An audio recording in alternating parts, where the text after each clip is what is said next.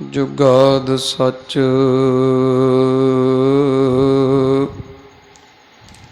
ਹੈ ਭੀ ਸੱਚ, ਨਾਨਕ ਹੋਸੀ ਭੀ ਸੱਚ।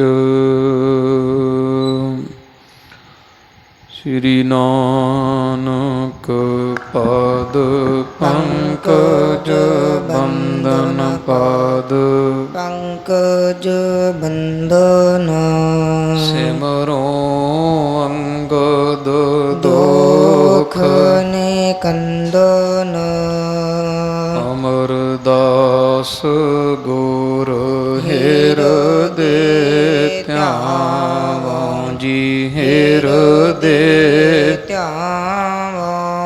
ਸ੍ਰੀ ਗੁਰ ਰਾਮਦਾਸ ਗੁਣ ਗਾਵੋ। ਸ੍ਰੀ ਅਰਜਨ ਬਿਗਨਾਨ ਕੇ ਨਾਸ਼ਕ ਜੀ, ਬਿਗਨਾਨ ਕੇ ਨਾਸ਼ਕ ਹਰ ਗੋਬਿੰਦ ਸ਼ੁਭ ਸੁਮਤ ਪ੍ਰਕਾਸ਼ਕ। ਸ੍ਰੀ ਹਰਿ ਰਾਏ ਨਮੋ ਕਰ ਜੋਰੀ ਜੀ, ਨਮੋ ਕਰ ਜੋਰੀ। ਗੁਰ ਹਰਿ ਕ੍ਰਿਸ਼ਨ ਮਨਾਏ ਬਹੋਰੀ, ਤੇਗ ਬਹਾਦਰ ਪਰਮ ਕਿਰਪਾਲਾ ਜੀ, ਪਰਮ ਕਿਰਪਾਲਾ। ਸ੍ਰੀ ਗੁਰ ਗੋਬਿੰਦ ਸਿੰਘ ਬਿਸਾਲਾ, ਤਰੋਂ ਤਰਾ ਪਰ ਪੁੰਨ ਪੁੰਨ ਸੀਸਾ ਜੀ, ਪੁੰਨ ਪੁੰਨ ਸੀਸਾ। ਬੰਦੋਂ ਬਾਰ ਬਾਰ ਜਗਦੀਸ਼ਾ, ਜਿਸ ਮਹਿ ਅੰਮ੍ਰਿਤ ਗਿਆਨ ਹੈ, ਮਾਣਿਕ ਭਗਤ ਵਿਰਾਗ। ਗੁਰੂ ਗ੍ਰੰਥ ਸਾਹਿਬ ਉਦਦ, ਬੰਦੋਂ ਕਰ ਅਨੁਰਾਗ। ਸ੍ਰੀ ਗੁਰ ਸ਼ਬਦ ਕਮਾਏ ਜਿਨ, ਜੀਤੇ ਪੰਚ ਵਿਕਾਰ। ਤਿਨ ਸੰਤਨ ਕੋ ਬੰਦਨਾ। ਸਤਨਾਮ ਸ੍ਰੀ ਵਾਹਿਗੁਰੂ ਸਾਹਿਬ ਜੀਓ। ਦੋਹਰਾ। ਸ੍ਰੀ ਸਤਿਗੁਰ ਹਰਿ ਰਾਏ ਜੀ, ਭੁਗਤ ਮੁਕਤ ਦੇ ਦਾਨ। ਹਿਰਦਾ ਸ਼ੁੱਧ ਦੇਖਣ ਕਰਿਓ, ਦਾਰਸ ਕੋਹ ਸੁਜਾਨ। ਸ੍ਰੀ ਸਤਿਗੁਰ ਹਰਿ ਰਾਏ ਜੀ, ਭੁਗਤ ਮੁਕਤ ਦੇ ਦਾਨ। ਹਿਰਦਾ ਸ਼ੁੱਧ ਦੇਖਣ ਕਰਿਓ, ਦਾਰਸ ਕੋਹ ਸੁਜਾਨ। ਵਾਹਿਗੁਰੂ ਜੀ ਕਾ ਖਾਲਸਾ, ਵਾਹਿਗੁਰੂ ਜੀ ਕੀ ਫਤਿਹ।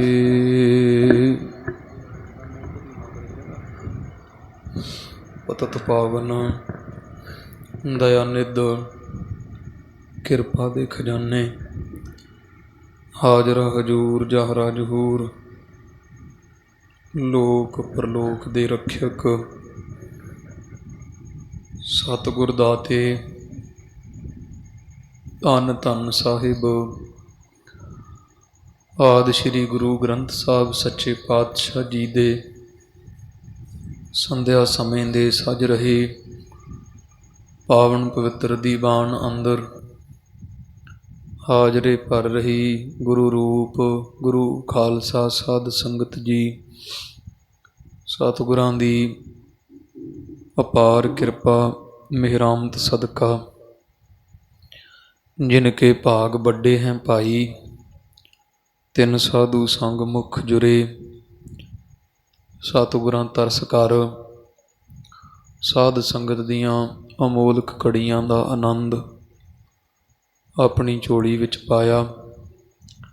ਸਤਿਗੁਰੂ ਸਾਹਿਬ ਸ੍ਰੀ ਗੁਰੂ ਹਰਿਰਾਏ ਸਾਹਿਬ ਜੀ ਗਰੀਬ ਨਵਾਜ ਸਤਿਗੁਰਾਂ ਦੇ ਪਾਵਨ ਪਵਿੱਤਰ ਦਰ ਘਰ ਦੀ ਮਹਾਨ ਵਡਿਆਈ ਸਿਫਤ ਸ਼ਲਾਘਾ ਨਿਤਾ ਪ੍ਰਤੀ ਹਾਜ਼ਰੇ ਭਰ ਕੇ ਆਪਾਂ ਸ਼ਰਵਣ ਕਰਦੇ ਹਾਂ। ਗੁਰ ਇਤਿਹਾਸ ਦੀ ਚੱਲ ਰਹੀ ਇਤਿਹਾਸ ਦੀ ਲੜੀ ਵਿੱਚੋਂ ਜਥਾ ਪ੍ਰਸੰਗ ਪਿਛਲੇ ਦੀਵਾਨ ਵਿੱਚ ਆਪਾਂ ਸ਼ਰਵਣ ਕੀਤਾ ਕਿ ਜਾ ਕੋ ਮੁਸ਼ਕਲ ਅਤ ਬਣੈ ਢੋਈ ਕੋਈ ਨਾ ਦੇ, ਲਾਗੂ ਹੋਏ ਦੁਸ਼ਮਨਾ ਸਾਕ ਪੇ ਭੱਜ ਖਲੇ, ਸਭੋ ਭੱਜੈ ਆਸਰਾ ਚੂਕੈ ਸਭ ਅਸਰਾਓ, ਚਿਤ ਆਵੈ ਉਸ ਪਾਰ ਬ੍ਰਹਮ ਤਾਂ ਲੱਗੈ ਨ ਤਤੀ ਵਾਓ, ਤਿੱਥੈ ਤੂੰ ਸਮਰੱਥ ਜਿੱਥੈ ਕੋਈ ਨਾਹੇ, ਉਥੈ ਤੇਰੀ ਰੱਖ ਅਗਨੀ ਉਦਰ ਮਾਹੇ, ਸੁਣ ਕੇ ਜਮ ਕੇ ਦੂਤ ਨਾਏ ਤੇਰਾ ਛੱਡ ਜਾਹੇ, ਭਉਜਲ ਬਿਖਮ ਅਸਗਾਹੋ ਗੁਰ ਸਬਦੀ ਪਾਰ ਪਾਹੇ। ਜਦੋਂ ਦਾਰਸ਼ਕੋ ਨੂੰ ਕਿਸੇ ਪਾਸੇ ਕੋਈ ਆਸਰਾ ਨਾ ਦਿਸਿਆ, ਇਹਨੇ ਧੰਨ ਗੁਰੂ ਨਾਨਕ ਸਾਹਿਬ ਮਹਾਰਾਜ ਦੇ ਘਰ ਦੀ ਸ਼ਰਨ ਤੱਕੀ ਅਤੇ ਗੁਰੂ ਹਰਿਰਾਏ ਸਾਹਿਬ ਮਹਾਰਾਜ ਨੂੰ ਮਿਲਣ ਵਾਸਤੇ ਮਾਝੇ ਦੀ ਧਰਤੀ ਗੋਇੰਦਵਾਲ ਸਾਹਿਬ ਜਾ ਪਹੁੰਚਿਆ। ਸਤਿਗੁਰੂ ਹਰਿਰਾਏ ਸਾਹਿਬ ਜੀ ਇਹਨਾਂ ਦਿਨਾਂ ਵਿੱਚ ਮਾਝੇ ਦੇਸ਼ ਦੇ ਅੰਦਰ ਗੁਰਧਾਮਾਂ ਦੀ ਜਿਵੇਂ ਗੋਇੰਦਵਾਲ ਸਾਹਿਬ, ਖਡੂਰ ਸਾਹਿਬ ਆਦਿਕ ਇਹਨਾਂ ਸਥਾਨਾਂ ਦੀ ਸੇਵਾ ਭਾਵਨਾ ਯਾਤਰਾ ਵਾਸਤੇ ਦਰਸ਼ਨਾਂ ਵਾਸਤੇ ਨਿਕਲੇ ਹੋਏ ਸਨ। ਇੱਕ ਚਿੱਠੀ ਰਾਹੀਂ ਮਹਾਰਾਜ ਨੂੰ ਪਤਾ ਲੱਗਿਆ ਵੀ ਦਾਰਸ਼ਕੋ ਸਾਡੇ ਦਰਸ਼ਨਾਂ ਦੀ ਤਾਂਘ ਰੱਖਦਾ ਗੋਇੰਦਵਾਲ ਸਾਹਿਬ ਆ ਪਹੁੰਚਾ ਹੈ। ਇੱਧਰੋਂ ਗਰੀਬ ਨਵਾਜ ਧੰਨ ਗੁਰੂ ਹਰਿਰਾਏ ਸਾਹਿਬ ਜੀ ਮਹਾਰਾਜ ਵੀ ਖਡੂਰ ਸਾਹਿਬ ਤੋਂ ਚਾਲੇ ਪਾ ਕੇ ਗੋਇੰਦਵਾਲ ਸਾਹਿਬ ਦੀ ਪਵਿੱਤਰ ਧਰਤੀ 'ਤੇ ਜਾ ਪਹੁੰਚੇ। ਦਾਰਸ਼ਕੋ ਨੂੰ ਮਹਾਰਾਜ ਦੇ ਆਉਣ ਦੀ ਖਬਰ ਹੋਈ। ਜੋੜਾ ਲਾ ਕੇ ਬਹੁਤ ਸ਼ਰਧਾ ਭਾਵਨਾ ਦੇ ਨਾਲ ਬੇਅੰਤ ਵਸਤੂਆਂ ਸਤਿਗੁਰਾਂ ਦੇ ਦਰਸ਼ਨੀ ਭੇਟਾ ਰੱਖਣ ਵਾਸਤੇ ਹੀਰੇ ਮੋਤੀ ਜਵਾਹਰਾਤ ਮੋਹਰਾਂ ਸੋਨਾ ਚਾਂਦੀ ਸਤਿਗੁਰੂ ਹਰਿਰਾਏ ਸਾਹਿਬ ਦੇ ਦਰਸ਼ਨਾਂ ਵਾਸਤੇ ਭੇਟਾ ਲੈ ਕੇ ਆਇਆ। ਇਹ ਸੰਗਤ ਜੀ ਮਰਿਆਦਾ ਹੈ। ਜਿਵੇਂ ਇੱਕ ਚਾਣਕਿਆ ਨੀਤੀ ਹੈ, ਉਹ ਚਾਣਕਿਆ ਨੀਤੀ ਦੇ ਵਿੱਚ ਉਹ ਰਾਜ ਮਰਿਆਦਾ ਜਿਹੜੀ ਉਹ ਰਿਸ਼ੀ ਚਾਣਕਿਆ ਜੀ ਨੇ ਕਥਨ ਕੀਤੀ। ਕਹਿੰਦੇ ਕਿ ਰਿਕਤ ਪਾਣ ਦਰਸੈ ਨਹੀਂ ਭੂਪ ਪਿਛਕ ਗੁਰਦੇਵ, ਫਲ ਦੀਏ ਫਲ ਹੋਤ ਹੈ ਫਲੇ ਨਾ ਫਲ ਬਿਨ ਸੇਵ। ਉਹ ਚਾਣਕਿਆ ਕਹਿੰਦਾ ਵੀ ਚਾਰ ਬੰਦਿਆਂ ਦੇ ਦਰਸ਼ਨ ਕਦੀ ਖਾਲੀ ਹੱਥ ਨਹੀਂ ਕਰਨੇ ਚਾਹੀਦੇ। ਇੱਕ ਰਾਜੇ ਨੂੰ ਮਿਲਣ ਜਾਓ ਤਾਂ ਕੁਝ ਲੈ ਕੇ ਜਾਣਾ ਚਾਹੀਦਾ, ਖਾਲੀ ਹੱਥ ਨਹੀਂ ਜਾਣਾ ਚਾਹੀਦਾ। ਇੱਕ ਸਾਧ ਸੰਗਤ ਜੀ ਪਿਛਕ ਨਾਮ ਭਿਖਾਰੀ ਦਾ ਵੀ ਜਦੋਂ ਭਿਖਾਰੀ ਨੂੰ ਮੱਥੇ ਲੱਗਣਾ ਹੈ ਉਦੋਂ ਵੀ ਕੁਝ ਕੋਲ ਹੋਵੇ, ਕਿਉਂਕਿ ਉਹਨੇ ਹੱਥ ਕੱਢ ਕੇ ਮੰਗ ਹੀ ਲੈਣਾ। ਜੇ ਕੁਝ ਕੋਲ ਨਹੀਂ ਤਾਂ ਭਿਖਾਰੀ ਦੇ ਮੱਥੇ ਨਹੀਂ ਲੱਗਣਾ ਚਾਹੀਦਾ। ਜੇ ਕੋਲ ਕੁਝ ਹੈ ਵੀ ਭਿਖਾਰੀ ਦੇ ਵੀ ਦਰਸ਼ਨ ਕਰਨੇ ਅਤੇ ਕੁਝ ਲੈ ਕੇ ਕਰਨੇ, ਆਪਦੇ ਹੱਥ 'ਚ ਕੋਈ ਦਾਣੇ ਕਣਕ ਆਟਾ ਜੋ ਵੀ ਯਥਾ ਸ਼ਕਤ ਹੈ। ਤੀਜਾ ਉਹ ਕਹਿੰਦੇ ਵੀ ਜਿਹੜਾ ਗੁਰੂ ਹੈ, ਗੁਰੂ ਦੇ ਦਰਸ਼ਨ ਕਦੇ ਖਾਲੀ ਹੱਥ ਨਹੀਂ ਕਰਨੇ ਚਾਹੀਦੇ।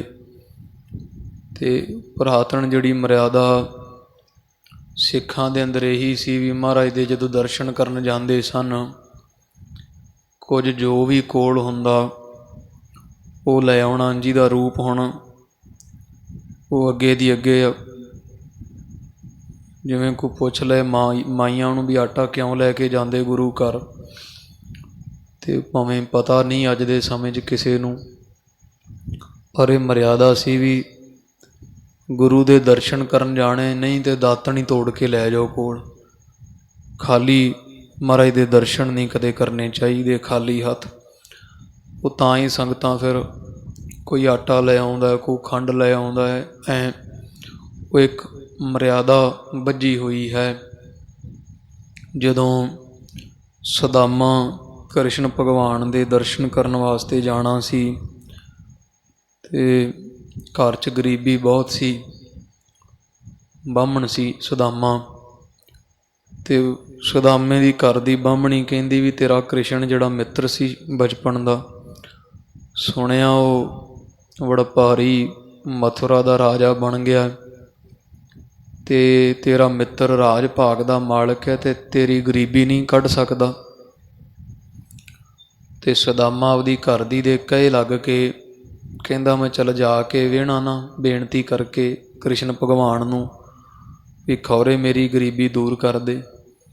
ਉਹ ਤੁਰਨ ਲੱਗਿਆ ਅਤੇ ਉਹ ਕਹਿੰਦਾ ਵੀ ਮੈਨੂੰ ਕੋਈ ਦਰਸ਼ਨ ਦੀ ਭੇਟ ਹੈ, ਭਗਵਾਨ ਹੈ ਕ੍ਰਿਸ਼ਨ, ਰਾਜਾ ਹੈ, ਅਤੇ ਮੈਂ ਦਰਸ਼ਨ ਕਰਨੇ, ਅਤੇ ਕੁਝ ਭੇਟਾ ਤਾਂ ਹੋਵੇ ਨਾ ਕੋਲ, ਕੋਈ ਪੈਸਾ, ਕੋਈ ਪੰਜੀ ਧੇਲਾ ਦੇ ਮੈਨੂੰ। ਉਹ ਆਂਦੀ ਵੀ ਗਰੀਬੀ ਹੈ, ਤੈਨੂੰ ਕੀ ਦਿਆਂ, ਘਰ ਵਿੱਚ ਹੈ ਹੀ ਕੁਝ ਨਹੀਂ। ਉਹ ਇਤਿਹਾਸ ਵਿੱਚ ਐਂ ਆਉਂਦਾ ਹੈ, ਭਾਗਵਤ ਪੁਰਾਣ ਦੇ ਵਿੱਚ ਵੀ, ਇਹਨਾਂ ਦੇ ਘਰ ਵਿੱਚ ਅੰਨ ਵੀ ਨਹੀਂ ਹੈ ਸੀ। ਗੁਆਂਢਣ ਛੱਜ 'ਚ ਪਾ ਕੇ ਚੌਲ ਛੱਟੇ ਪਈ, ਸੁਦਾਮੇ ਦੀ ਘਰ ਵਾਲੀ ਉੱਤੋਂ ਚੌਲ ਮੰਗੇ ਵੀ ਕ੍ਰਿਸ਼ਨ ਭਗਵਾਨ ਦੇ ਦਰਸ਼ਨ ਕਰਨ ਜਾਣੇ, ਅਤੇ ਮੇਰੇ ਪਤੀ ਨੂੰ ਮੁੱਠੀ ਚੌਲ ਹੀ ਦੇ ਵੀ ਚਲੋ ਦਰਸ਼ਨਾਂ ਦੀ ਭੇਟਾ ਰੱਖ ਦੇਵੇਗਾ। ਉਹ ਗੁਆਂਢਣ ਨੇ ਕਹਿੰਦੇ ਚੌਲ ਨਾ ਦਿੱਤੇ, ਅਤੇ ਜਿਹੜੇ ਉਹ ਛੱਜ 'ਚੋਂ ਬਾਹਰ ਕਣੀਆਂ ਡਿੱਗਦੀਆਂ, ਉਹ ਟੋਟਾ ਫੱਕ ਉਵੇਂ ਮੁੱਠੀ ਭਰ ਕੇ ਅਤੇ ਉਹ ਬਾਹਮਣੀ ਦੀ ਝੋਲੀ 'ਚ ਪਾ ਤੀ, ਉਹ ਸੁਦਾਮੇ ਨੂੰ ਦੇ ਦਿੱਤੀ, ਅਤੇ ਸੁਦਾਮੇ ਨੇ ਉਹ ਧੋਤੀ ਨਾਲ ਬੰਨ੍ਹ ਲਈ ਕੱਸ ਕੇ। ਮਥੁਰਾ ਆ ਗਿਆ।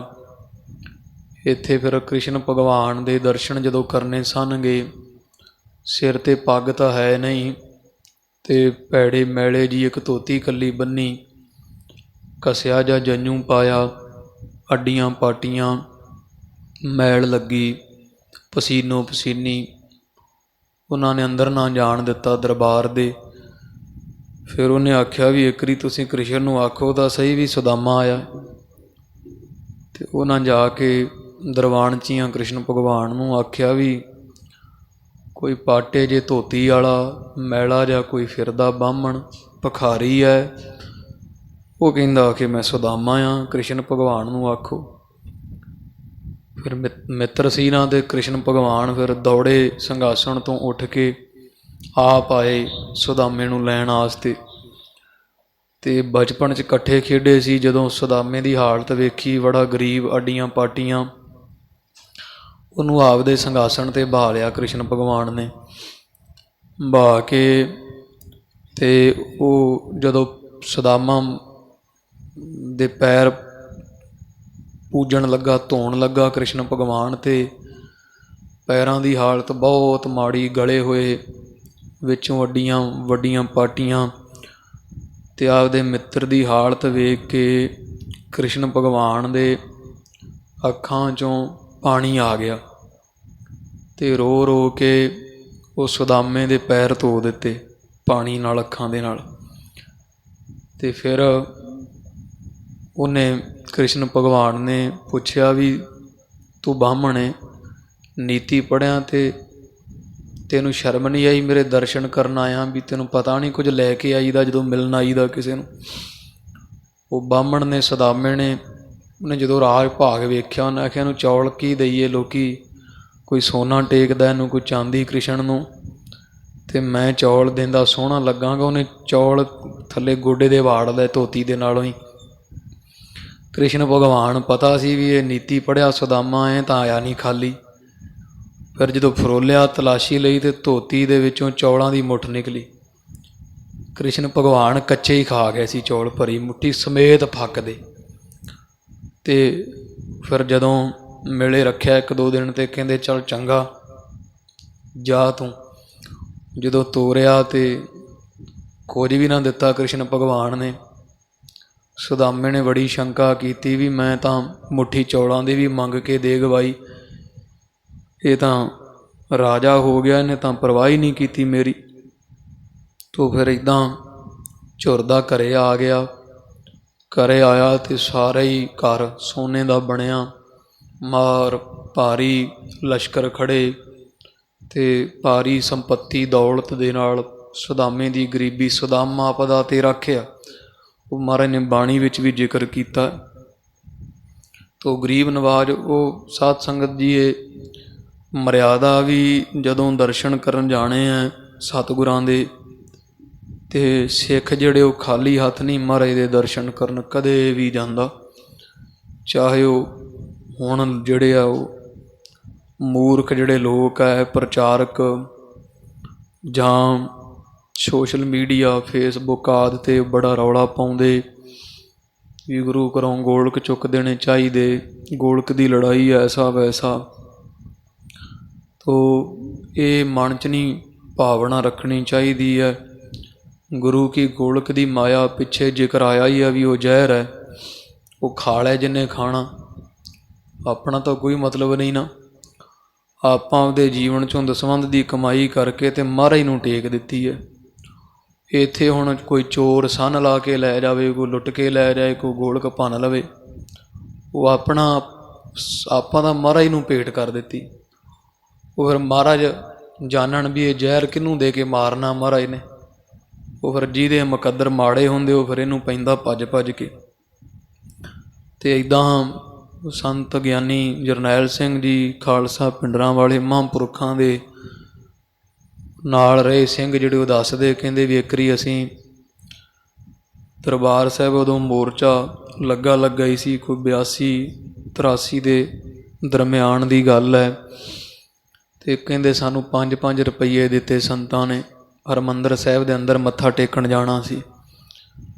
84 ਦੇ ਅਟੈਕ ਤੋਂ ਥੋੜ੍ਹੇ ਸਮੇਂ ਪਹਿਲਾਂ ਦੀ ਗੱਲ, ਅਤੇ ਸ਼੍ਰੋਮਣੀ ਅਕਾਲੀ ਦਲ ਕਮੇਟੀ ਵਿਗੜ ਗਈ ਸੀ ਨਾ ਮਹਾਂਪੁਰਖਾਂ ਨਾਲ ਉਹਨਾਂ ਦਿਨਾਂ 'ਚ, ਅਖੀਰਲੇ ਦਿਨਾਂ 'ਚ ਮਈ ਦੇ ਆਦਿਕ ਦੇ। ਅਤੇ ਉਹ ਜਥੇ ਦੇ ਸਿੰਘ ਸੰਤਾਂ ਦੇ ਨਾਲ 5-5 ਰੁਪਈਏ ਲੈ ਕੇ ਅਤੇ ਦਰਬਾਰ ਸਾਹਿਬ ਸੱਚਖੰਡ ਦਰਸ਼ਨ ਕੀਤੇ, ਮੱਥਾ ਟੇਕਿਆ।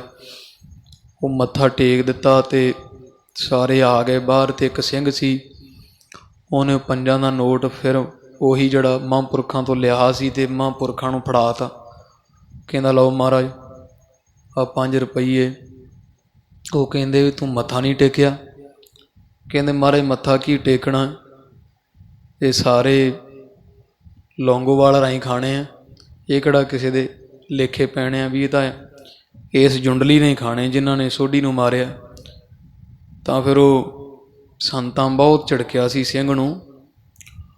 ਕਹਿੰਦੇ ਵੀ ਇਹ ਮਾਇਆ ਤਾਂ ਆਪਾਂ ਗੁਰੂ ਰਾਮਦਾਸ ਮਹਾਰਾਜ ਦੇ ਚਰਨਾਂ 'ਚ ਭੇਟ ਕੀਤੀ ਹੈ, ਆਪਣੇ ਵੱਲੋਂ ਉਹ ਗੁਰੂ ਰਾਮਦਾਸ ਮਹਾਰਾਜ ਦੀ ਹੈ। ਹੁਣ ਉਹ ਮਹਾਰਾਜ ਨੂੰ ਜਿਹੜਾ ਭਾਊ ਜਿਹਨੂੰ ਮਰਜ਼ੀ ਦੇ ਦੇਣ, ਵੀ ਜੇ ਤਾਂ ਮਾਇਆ ਗੁਰੂ ਕੇ ਚਰਨਾਂ 'ਚ ਰੱਖ ਕੇ ਵੀ ਆਪਾਂ ਉਹਦੇ 'ਤੇ ਟੇਕ ਰੱਖੀ ਵੀ ਮੇਰੀ ਮਾਇਆ ਹੁਣ ਗਾਂਹ ਕਿਹਨੂੰ ਦਿੰਦੇ, ਫਿਰ ਅਜੇ ਟੇਕੀ ਨਹੀਂ ਮਾਇਆ।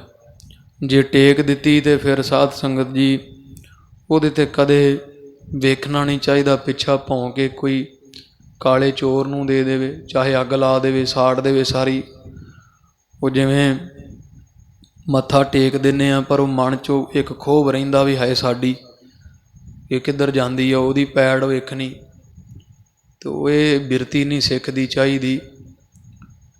ਮਹਾਰਾਜ ਸੱਚੇ ਪਾਤਸ਼ਾਹ ਦੇ ਘਰ ਦਾਰਾ ਵਾਹਿਗੁਰੂ ਇਹ ਬਹਾਦਰ ਸ਼ਾਹ ਹੋਇਆ, ਔਰੰਗਜ਼ੇਬ ਦਾ ਪੁੱਤ ਸੀਗਾ। ਅਤੇ ਮਹਾਰਾਜ ਉਦੋਂ ਜਿਹੜਾ ਗੋਦਾਵਰੀ ਦੇ ਕੰਢੇ 'ਤੇ ਸਥਾਨ ਹੈ ਮਾਤਾ ਜੀ ਦਾ, ਮਾਤਾ ਸਾਹਿਬ ਕੌਰ ਦਾ, ਇੱਥੇ ਸੀ ਵਾਹਿਗੁਰੂ ਹੀਰਾ ਘਾਟ ਸਥਾਨ ਹੈ ਜਿੱਥੇ ਜਿਹੜੇ ਹਜ਼ੂਰ ਸਾਹਿਬ ਗਏ ਸਿੰਘ ਉਹ ਜਾਣਦੇ ਆ। ਬਹਾਦਰ ਸ਼ਾਹ ਮਹਾਰਾਜ 10ਵੇਂ ਪਾਤਸ਼ਾਹ ਦੇ ਕੋਲ ਹੀਰਾ ਲੈ ਕੇ ਆਇਆ ਅਤੇ ਮਹਾਰਾਜ ਪਾਤਸ਼ਾਹ ਨੂੰ ਭੇਟ ਕਰਕੇ ਅਤੇ ਉਹ ਸਿਫਤ ਜੀ ਕਰਨ ਲੱਗ ਪਿਆ, ਮਹਾਰਾਜ ਇਹ ਬੜਾ ਕੀਮਤੀ ਹੈ ਜੀ, ਹਿੰਦੁਸਤਾਨ ਵਿੱਚ 1-2 ਹੀਰੇ ਦੇ ਨਾਲ ਦੇ ਹੈ, ਇਹ ਵਿਦੇਸ਼ਾਂ 'ਚੋਂ ਆਇਆ ਹੈ, ਇੱਦਾਂ ਬੜੀ ਉਹਦੀ ਸ਼ੋਭਾ ਜੀ ਕਰੇ। ਅਤੇ ਜੀ ਮਹਾਰਾਜ ਬੜਾ ਭਾਰੀ ਇਹਦੀ ਕੀਮਤ ਹੈ। ਕਹਿ ਲਓ ਵੀ ਕਈ 1000 ਏਕੜ ਜ਼ਮੀਨ ਦਾ ਮੁੱਲ ਇੱਕ ਹੀਰੇ ਦੇ ਇਹਦੇ ਬਰਾਬਰ ਵੀ ਨਹੀਂ। ਇਹ ਹੀਰੇ ਨਾਲ ਵੱਡੇ ਵੱਡੇ ਰਾਜ ਭਾਗ ਖਰੀਦੇ ਜਾ ਸਕਦੇ। ਇੱਦਾਂ ਇੱਦਾਂ ਉਹ ਹੀਰੇ ਦੀ ਸਿਫਤ ਪਿਆ ਕਰੇ ਬਹਾਦਰ ਸ਼ਾਹ। ਅਤੇ ਮਹਾਰਾਜ ਉਹ ਹੀਰਾ ਫੜਿਆ ਅਤੇ ਮਾਰਿਆ, ਚੁੱਕ ਕੇ ਮਹਾਰਾਜ ਨੇ ਗੋਦਾਵਰੀ ਨਦੀ 'ਚ। ਅਤੇ ਸੱਚੇ ਪਾਤਸ਼ਾਹ ਮਹਾਰਾਜ ਨੇ ਗੋਦਾਵਰੀ ਨਦੀ ਦੇ ਵਿੱਚ ਹੀਰਾ ਮਾਰਿਆ ਅਤੇ ਬਹਾਦਰ ਸ਼ਾਹ ਦੀ ਜਾਨ ਹੀ ਨਿਕਲ ਗਈ ਵੇਖ ਕੇ। ਕਹਿੰਦਾ ਹਾਏ ਮਹਾਰਾਜ ਮੇਰਾ ਹੀਰਾ।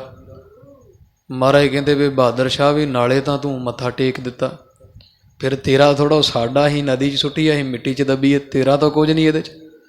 ਕਹਿੰਦਾ ਨਹੀਂ ਮਹਾਰਾਜ ਫਿਰ ਵੀ ਤੁਸੀਂ ਜੇ ਨਹੀਂ ਰੱਖਣਾ ਸੀ ਤਾਂ ਮੇਰੇ ਕੋਲ ਹੀ ਰਹਿਣ ਦਿੰਦੇ। ਮਹਾਰਾਜ ਕਹਿੰਦੇ ਚੱਲ ਹੁਣ ਕਿੱਥੇ ਗਿਆ, ਨਦੀ 'ਚ ਹੀ ਆ, ਤੇ ਵੇਖ ਲਾ ਜਾ ਕੇ। ਜਦੋਂ ਇਹ ਬਹਾਦਰ ਸ਼ਾਹ ਵੜਿਆ ਜਾ ਕੇ ਨਦੀ 'ਚ, ਅਤੇ ਥੱਲਿਓਂ ਅੰਦਾਜ਼ਾ ਹੀ ਸੀ ਕਿੱਥੇ ਡਿੱਗਾ, ਨਿਸ਼ਾਨੀ ਰੱਖੀ, ਉਹ ਮੁੱਠ ਭਰੀ, ਜਿੰਨੇ ਰੋੜ ਬਜਰੀ ਉਹ ਸਾਰੇ ਹੀ ਹੀਰੇ ਬਣੇ ਪਏ। ਅਤੇ 10ਵੇਂ ਪਾਤਸ਼ਾਹ ਦੇ ਆ ਕੇ ਚਰਨੀ ਡਿੱਗ ਪਿਆ। ਤੂੰ ਮਹਾਰਾਜ ਸੱਚੇ ਪਾਤਸ਼ਾਹ ਨੇ ਫਿਰ ਆਖਿਆ ਬਹਾਦਰ ਸ਼ਾਹ ਵੀ ਜਿਹੜੀ ਚੀਜ਼ ਟੇਕ ਦਈਏ ਨਾ, ਦੇ ਦਈਏ, ਉਹਦੇ 'ਤੇ ਮੁੜ ਕੇ ਟੇਕ ਨਹੀਂ ਰੱਖੀ ਦੀ ਕਦੇ ਵੀ। ਉਹ ਫਿਰ ਉਹਦੀ ਅਗਲੇ ਦੀ ਹੈ, ਉਹ ਜਿਵੇਂ ਮਰਜ਼ੀ ਵਰਤੇ। ਇਸ ਕਰਕੇ ਚਲੋ ਇਹ ਪ੍ਰਸੰਗ ਆਇਆ ਕਰਕੇ ਦੱਸਿਆ ਵੀ ਕਦੀ ਵਾਸਤੇ ਵੀ ਜਦੋਂ ਮਹਾਰਾਜ ਦੇ ਦਰਸ਼ਨ ਕਰਨੇ, ਇੱਕ ਤਾਂ ਖਾਲੀ ਹੱਥ ਦਰਸ਼ਨ ਨਹੀਂ ਕਰਨੇ। ਇੱਕ ਚਾਵੇਂ ਲੋਕ ਰੌਲਾ ਪਾਈ ਜਾਣ ਵੀ ਨਹੀਂ ਜੀ ਇਹ ਗੋਲਕਾਂ ਦੇ ਰੌਲੇ ਇਹ ਉਹ ਤਾਂ ਸਾਧ ਸੰਗਤ ਜੀ ਵੀ ਮਹਾਰਾਜ ਨੇ ਕਿਹੜਾ ਮਾਇਆ ਲੈਣੀ ਹੈ ਸਾਡੀ। ਇਹ ਤਾਂ ਇੱਕ ਬਸ ਵਿਧੀ ਵਿਧਾਨ ਬਣਿਆ ਵੀ ਉਹ ਬਹਾਨੇ ਨਾਲ, ਜਿਵੇਂ ਉਹ ਚਿੜੀ ਦੇ ਮੂੰਹ 'ਚੋਂ ਦਾਣੇ ਵਾਲੀ ਗੱਲ ਵੀ ਆਨੇ ਬਹਾਨੇ ਸਾਡਾ ਹਿੱਸਾ ਪੈ ਜਾਂਦਾ ਮਹਾਰਾਜ ਦੇ ਲੰਗਰਾਂ 'ਚ। ਹੋਰ ਇਹ ਮਹਾਰਾਜ ਨਾ ਤਾਂ ਮਾਇਆ ਮਹਾਰਾਜ ਨੇ ਸਰਗੁਣ ਸਰੂਪ ਹੁੰਦਿਆਂ ਵਰਤੀ 10 ਜਾਮਿਆਂ 'ਚ, ਅਤੇ ਨਾ ਹੀ ਮਹਾਰਾਜ ਹੁਣ ਸ਼ਬਦ ਅਵਤਾਰ ਹੈ। ਹੁਣ ਵੀ ਮਹਾਰਾਜ ਕੋਈ ਸਾਡੇ ਰਮਾਲਿਆਂ ਦੇ ਭੁੱਖੇ ਨਹੀਂ, ਨਾ ਮਹਾਰਾਜ ਨੂੰ ਕੋਈ ਸਾਡੇ ਛਤਰਾਂ ਦੀ ਲੋੜ ਹੈ, ਨਾ ਮਹਾਰਾਜ ਨੂੰ ਸਾਧ ਸੰਗਤ ਜੀ ਕੋਈ ਸਾਡੇ ਸੋਨੇ ਦੀ ਲੋੜ ਹੈ। ਗੋਬਿੰਦ ਭਾਉ ਭਗਤ ਦਾ ਭੁੱਖਾ। ਇਹ ਤਾਂ ਸਾਰੀ ਖੇਡ ਜਿਹੜੀ ਉਹ ਪ੍ਰੇਮ ਦੀ ਹੈ। ਉਸ ਤਰ੍ਹਾਂ ਜਿਵੇਂ ਮਰਜ਼ੀ ਕੋਈ ਜਿਹੜੇ ਹੈ ਉਹ ਰੌਲੇ ਦੇ ਪੰਥ ਦੇ ਅੰਦਰ ਕੋਈ ਗੱਲਾਂ ਕਰੀ ਜਾਵੇ, ਉਹਦਾ ਧਿਆਨ ਨਹੀਂ ਦੇਣਾ ਚਾਹੀਦਾ। ਅਤੇ ਇਹ ਬਹਾਦਰ ਸ਼ਾਹ ਵਾਹਿਗੁਰੂ ਦਾਰਸ਼ ਕੋ 2 ਥਾਲ ਹੀਰਿਆਂ ਦੇ ਭਰ ਕੇ, ਜਵਾਹਰਾਤਾਂ ਦੇ, ਚਾਂਦੀ ਸੋਨੇ ਦੇ ਭਰ ਕੇ ਧੰਨ ਗੁਰੂ ਹਰਿਰਾਏ ਸਾਹਿਬ ਦੇ ਦਰਸ਼ਨ ਕਰਨ ਆਇਆ। ਮੱਥਾ ਟੇਕਿਆ। ਮਹਾਰਾਜ ਨੂੰ ਕਹਿੰਦਾ ਮਹਾਰਾਜ ਮੈਂ ਰਾਜ ਭਾਗ ਦੀ ਇੱਛਾ ਰੱਖ ਕੇ ਨਹੀਂ ਆਇਆ, ਤੁਹਾਡੇ ਕੋਲ ਵੱਡੇ ਵੱਡੇ ਰਾਜੇ ਆਉਂਦੇ ਰਾਜ ਭਾਗ ਦੀ ਇੱਛਾ ਰੱਖ ਕੇ। ਮੈਨੂੰ ਤਾਂ ਕੇਵਲ ਮਹਾਰਾਜ ਵੀ ਉਹ ਚੀਜ਼ ਬਖਸ਼ੋ ਜਿਹੜੀ ਕਦੇ ਜਾਏ ਨਾ। ਵੀ ਸਰੀਰ 'ਤੇ ਜਿਵੇਂ ਆਪਾਂ ਟੇਕ ਰੱਖਦੇ ਹਾਂ, ਮਹਾਰਾਜ ਮੈਨੂੰ ਬ੍ਰਹਮ ਗਿਆਨ ਦੀ ਦਾਤ ਬਖਸ਼ੋ ਵੀ ਮੇਰਾ ਜਿਹੜੀ ਇਹ ਸਥਿਤੀ ਹੈ ਨਾ ਮੇਰੀ, ਉਹ ਮੇਰੇ ਸਵੈ ਸਰੂਪ ਵਿੱਚ ਹੋ ਜਾਏ।